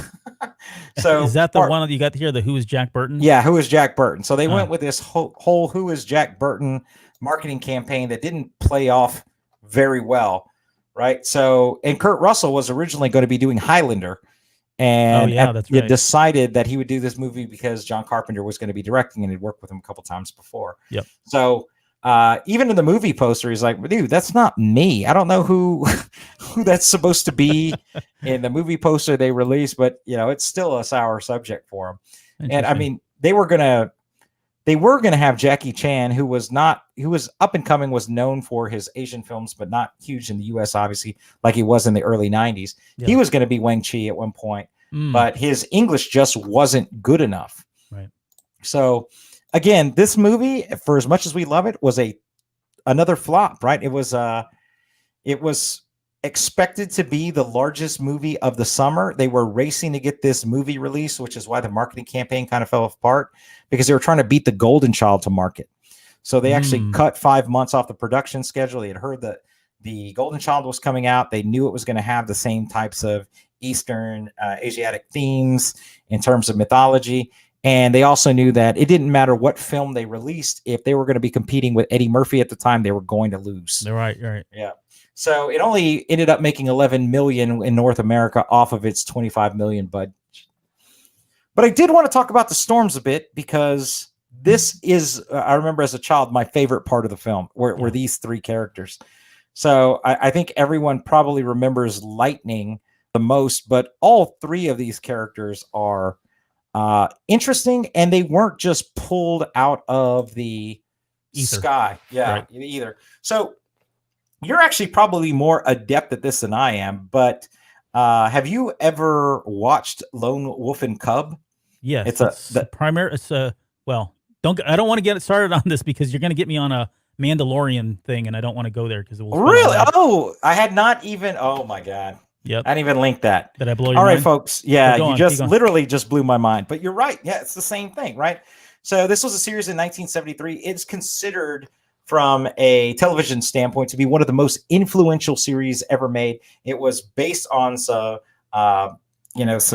comic books that were, some graphic novels that were released, manga that were released before that were known for being incredibly detailed. In fact, one of the fight sequences in this manga, in that, it's actually called, and I'm going to pronounce this wrong, Albert, so save me if you know how, Kozuri Okami. Yep. Right. So that's the name of what Lone Wolf and Cub basically translates to. And in this, at one point, they have a sword fight in the comic that lasts 173 pages. That's the level of detail they were putting into it. It eventually led to a series of 6 movies and then seasons of a show that followed around. Mm-hmm. But in that manga, they introduce, in one of the storylines, the 3 assassins of Kozuri Okami, which are the same 3 characters you see here, the Storms. So interesting. You have any memories about these guys, Albert? Anything incredibly memorable? By far, it's what's his name, Thunder, blowing himself up at the very end. Like, as a kid, that stands out. And in one, it's it's comical in terms of how it looks, right? It doesn't look realistic. It looks more like a Garbage Pail Kid, right? If you more than anything else. But that was really cool. I think you captured it. The lightning was always really cool. And then when the dude comes out with his spinners, you thought, oh man, I can't wait to see. And I don't think he really gets to use them much. Like, you don't really see him fight with those things very much at all. That stands out. But then also, as they're getting the girls ready, I guess, I don't know, prepping them for putting them into the dream state or whatever they were doing there at the very end, where they're coming down the aisle and doing all that stuff, the martial arts that they displayed, I thought that was always really good. But yeah, these were really cool characters, and I think they had a lot of it. You're going to get to it, and I don't want to steal your thunder, no pun intended. But they had a lot of there was a huge influence on a lot of people that went on to do some really cool stuff in video games later. Yeah, I was always disappointed, because Rain always seemed like a very interesting character, and he's probably the least fleshed out of the characters that you see in it. Yeah, he was actually one of the only true martial artists amongst these 3. Actually, did martial arts training for the film. What he loved most about the film, and he was brought in to be a fight choreographer at one point, is that he has that long straight hair. Mm-hmm. I didn't realize until I was doing the research for that was it was a weave.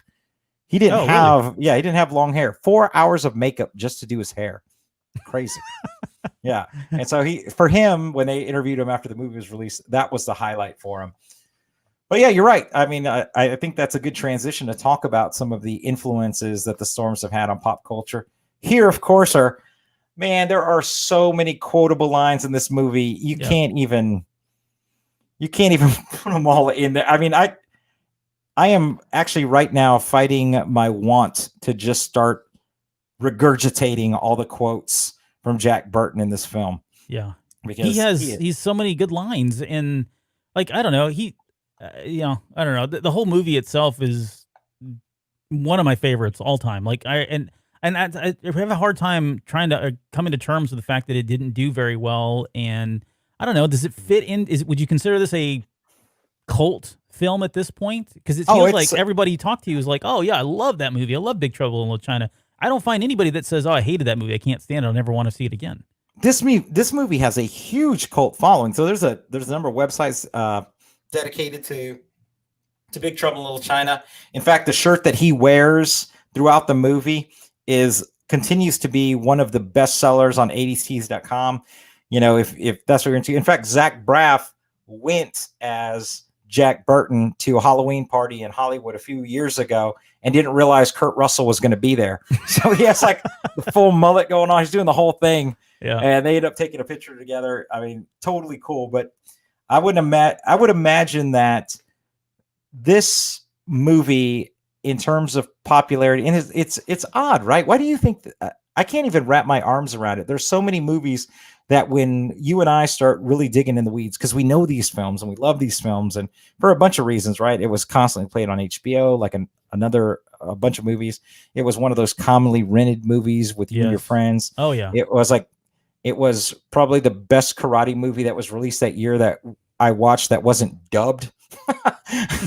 So I think all of those things impact us. And then when we go back and do the research and we talk about what this movie actually made, it blows my mind that like, what? It was a total flop. How's that even possible? Yeah. I remember loving this the first time I saw it, and I don't remember ever not loving it. Yeah, it's and I would put Karate Kid 2 up there the same year as martial art movie that was pretty good. But nonetheless, I agree with you. Like it didn't. I don't know if you have it in your notes. And again, I'll just, since we're talking about it, I mean, $11 million I think was the budget, and $11 million is what it did, I think, and it had a budget of like 25 million, right? Yeah, so huge loss in terms of what they were banking on. And you look at the special effects, it's kind of a mixed bag. There are moments in there like where the lightning effects are really good, especially for the time. I think it did an outstanding job with it. And then you got some of the more practical effects that didn't really maybe play off. But again, it's a comedy, right? It's supposed to be it works. It works. They're caricatures. Trying to bring it back to Jack Burton. I mean, he is just so unapologetically, obnoxiously American throughout the entire movie. And I think he does a really good job. I mean, Kurt Russell is just like one of his better roles. Although he's playing John Wayne throughout all of it, but it's just over the top that it's hard not to like him in it. So yeah, I'd be interested to see how much of that was scripted versus what was just improv on set. Because I got to think, it comes off so natural. It doesn't even look like he's trying. So for me, that is like the best type of acting, where it's just like I feel like he's just vibing. But, yeah, you didn't even talk about the sandwich. The way he eats the sandwich at the beginning of the movie, it's so like he's got the mic in one hand. He's got the You just tell old Jack Burton. All right, let's get into the influence here. So we were talking about reasons why this movie didn't do very well, and I think if you talk to John Carpenter, I don't mean like if you called him right now, you call John Carpenter, get him on the horn, get NORAD on the horn, tell him go on DEFCON 1, scramble the birds. So there's really. I think you can narrow it down to 3 words. I know that Kurt Russell thinks it has a lot to do with the marketing. It was confusing. In fact, they ended up recycling that marketing, who is Jack Burton, for Darkman, right? So who is Darkman? Yeah, they just use the exact same marketing scheme. But 3 words: aliens, Top Gun. So in their rush to avoid, competing with the Golden Child because it was going to be similar in terms of its themes, it ended up putting itself right in the crosshairs where it was released less than 2 weeks before Aliens came out, and then less than 2 months before Top Gun was released. So, I got buried. Sorry. wrong timing. Yep. So Probably had better odds going up against the other one, but yeah, go on. Sorry. Yeah, it was funny, right? So Golden Child was commercially an incredible success, but in terms of where it scores on Rotten Tomato and rewatchability, or if you look at where it is in film rankings, it's higher than the Golden Child in virtually every survey that exists. Yeah, that sucks. So I thought you'd get a kick out of this, right? We talked a little about influences of how the storms hit, and there's really two. Within Mortal Kombat, there are two references to Big Trouble in Little China. The most obvious is Raiden, right, being in the first Mortal Kombat. And I did not realize until I started doing some of the Game Link connects that Shang Tsung is supposed to be Lo Shin. I did not know that, right? Because and maybe it's because your memory kind of fades as they do new iterations of Mortal Kombat. Because of course, today's Mortal Kombat, Shang Tsung doesn't look anything like it did in Mortal Kombat 1, right? He's kind of developed. But there was a video game released for Big Trouble in Little China. It was available on the Amiga and a couple of other systems back in the day. It was a 2D side scroller where you could switch between the characters based on what you're trying to do. Did it follow along the path of the movie? Is that what it was? I believe it did. So I've never actually played it, but I would imagine that similar to the board game. So there was a board game released, and if you haven't played the board game, and you just want to have like a bunch of friends that are your age over and play like a 2-hour board game that'll be kind of fun, a little corny, but also be very nostalgic, go find Big Trouble in Little China, the board game. It's awesome. The front part of the board is Chinatown, and then you flip it over and it's Lo Shin's temple. Oh, nice. You just play your way through it. Very cool. Way better than this video game.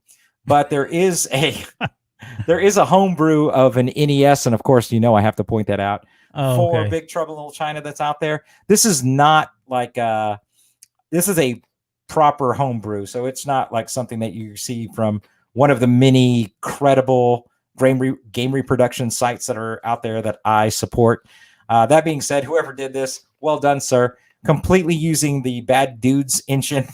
It walks through the entire game. Of course, none of the settings make sense because, again, it's just Bad Dudes. Right. But still pretty cool that they took the time to put a mullet on this cat and put a tank top on him and call it Big Trouble in Little China. Well, I was gonna say, because I saw this and I'm like, I do not remember Big Trouble in Little. Now, don't get me wrong, I don't remember all of the NES titles. There's however many there are, 800 and how many are there? 786. 786, right? I don't have all of them memorized, but it seems to me I would have remembered a Big Trouble in Little China. And so when I saw this in the show notes stuff, I'm like, where the heck did he find this? Like, maybe there's a deep story behind it, but no, I get it now. It's a homebrew. So you can't find this homebrew in cart form anymore. I do know, if you're interested, hit the show up, and I will give you where you can buy it in your DMs. There's a couple of places that sell it on Etsy, but they don't advertise it anymore. So there's a couple of ROM houses that will just make this for you. In some cases, if you want to do it on the cheap, they'll just have you mail them the Bad Dudes cart. They'll throw the new sticker on it. Yeah. And then modify it and send it back to you. That's pretty cool. And going back to Mortal Kombat, I had been in the game industry at the time and all of that. I had heard that you have all four characters. I thought somewhere I remember all four of these characters were based on characters from Big Trouble in Little China. That Goro was the Yiren, or the Chinese wild man, or whatever that was at the very the creature. That there was an inspiration from that, and that Liu Kang was a combination of both Bruce Lee, which is probably 90% Bruce Lee, but then in the vein of Big Trouble in Little China, he was what's his face as well. I forget the main character now. Not the main character we were just talking about. John blanking his name. Jack Burton? No. Dennis Dunn's character, whatever that was. Sure. Chang. Yeah. But I thought that was where I thought, and I was like, oh, cool, he's got all four of them here from Big Trouble in Little China, which maybe not, maybe. Who knows? I mean, I didn't, but you figure if you're going to go that far, that you're going to throw a Wang, you're going to throw a Wang in there. You're going to throw a Wang in there, then you might as well have made a Jack Burton, because dude, that would have been awesome. I know, it really would have been. And we didn't even touch on like Kim Cattrall. She's got like my favorite line in here, and I don't know why this is my favorite. And I wrote it down because I how is that possible? She has the favorite line. Well, it's the line where it's who is it? It's Shen, Egg Shen, who says the first part, and then she responds back. Egg Shen says, more laughing, "Goat butts against a hedge, and its horns become entangled." And she responds, "I don't think I've had the pleasure." I don't know why that's always been funny to me. Maybe because it starts off goat butts, but we didn't even touch on Kim Cattrall's role in this. I think she does a pretty decent job. I mean, she's just a damsel in distress, so there's not a lot there. But I think the standout ones outside of Jack Burton, aka Kurt Russell, James Hong, and Victor Wong, the guys that play Egg Shan and Lo Pan, I think this is like some of their best work. I mean, they do a really great job through all of it. And especially, I would say if I had to pick like my favorite out of all of them, even the Jack Burton, I think James Hong is my favorite. And he does, it's his voice, right? He's just got that distinct voice. And he's done so many other things. I mean, we've talked about Blade Runner when he did that, but his work in here is just, his comedy is really great. He's able to play both of them, and just his lines when he's talking about Jack Burton, and the way it shakes and it's real high pitched. Oh, it's just great stuff from him. I love him in this role. So, all right, incredible. You got anything else on this movie? No, but I mean, we can talk about it longer. I mean, we just talk, or we can just sit here for an hour and do quotes from the movie until we'll take us out on quotes. Yeah. No, that was good. So again, if you haven't seen Big Trouble in Little China, go see it. It's a great movie. It's a classic in terms of, as far as I'm concerned, and certainly has had a big influence on Ernie because he included it in the way he did. So, we should mention too. I didn't. I think I mentioned at the very beginning, but Ready Player One, the movie, has the Pork Chop Express. So our title tonight comes from the semi truck that Jack Burton drives. It is in there. It's the one that Artemis slides under, and it's, again, there's so many Easter eggs in the movie, but they did include it in there as well. So yeah, and for those that don't know, it's so the film is much about, Jack Burton doesn't care about anything other than getting back the Pork Chop Express. That's his whole motivation. In the whole movie, yeah. The whole motivation. He doesn't care about Kim Cattrall's character. He doesn't care. He definitely doesn't care about freaking, what's his name? He doesn't care about Eddie Lee, Gracie Law. Yeah, he doesn't care. Wang Chi. All he's talking about is, where's my truck? And the only reason the movie starts, he is almost in some ways like this Han Solo anti-hero, in that his first motivation for even going with Wang Chi in the first place is because he owes him money because they were gambling, like right at the beginning of the movie. And then so he does that, and then he gets caught up in all of this, and he loses his truck, and then he's just there to get his truck. Right. He's not serving a gretter purpose in this film, which is awesome. He is ticking off every U.S. American box he can possibly think of for an American. Okay, before we get out of here, I got just two quick things. When we did the Oreo, because we were doing the Oreo show, I went out and bought, if you can see here, these Oreo mugs, which were really great. They were like $9. I bought a white one and a black one. They're used for dunking Oreos, but I've got coffee in that one tonight. And then lastly, do you want to plug this book? If you're really nerdy, this is the Heroes Feast book. This is the official Dungeons & Dragons cookbook. And this is written by Kyle Newman, which you guys know from movies and all that. Michael Whitweir did this as well, and John Peterson. And it really is an outstanding cookbook of different recipes that you can make. And there's all kinds of stuff in here. Like, it's broken out by, I know, I'm sorry, but I do want to plug it. It's broken out by like human cuisine, elven cuisine, dwarven, halfling, uncommon, and then elixirs and ales is the last section. It's some great picture in here if you're a foodie and you like really cool art, food art. There's great stuff in there as well. And it's neat because they created this cookbook so that if you're hosting a Dungeons and Dragons party and you need to cook something up for your players, they've got recipes in here that are thematic. And I mean, it's just, they put so much nerd thought into this that it's just an amazing book. So it came out just 2 days ago. So it's pretty, as of this recording anyways, it's pretty new out there on the shelves. So pick it up if you're into that kind of thing. I highly recommend the book. Nice. Hey, I got for my birthday, a Galaxy's Edge cookbook, which the girls have been going through to decide what we're going to make, but it's all proper cuisine. It's not like it's something cheap. Yeah. Same thing here. Like they didn't come up with the recipes. They had professional chefs come up with it.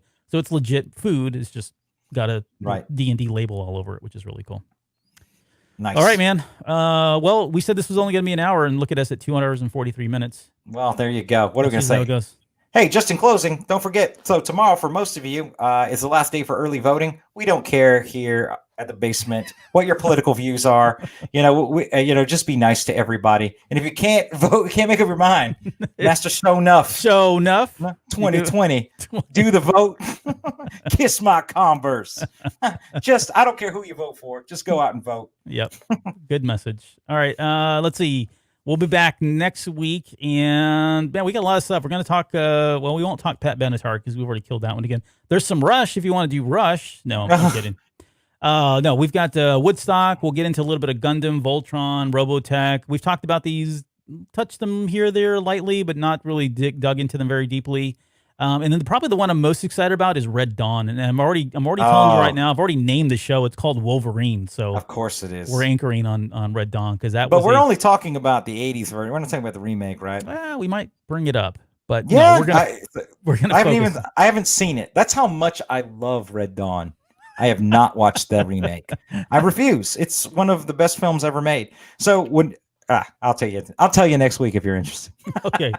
All right. With that, we'll get out of here. See you guys back next week for episode, what is this? I don't know. 33 to 35 Wolverines.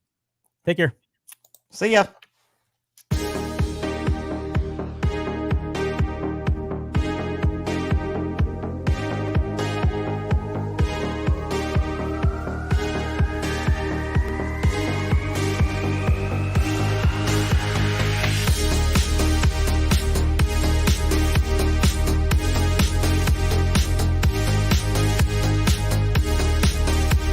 The views and opinions of the Basement hosts are of our own and are not in any way affiliated with Random House or Ernest Klein. All quotes, music, sounds, trademarked, and copyrighted material referenced in the show are owned by the respectful companies and creators and are used by the Basement as fair use for entertainment purposes only. It would take me a month to read this whole disclaimer, but sad to say, I don't have that kind of time.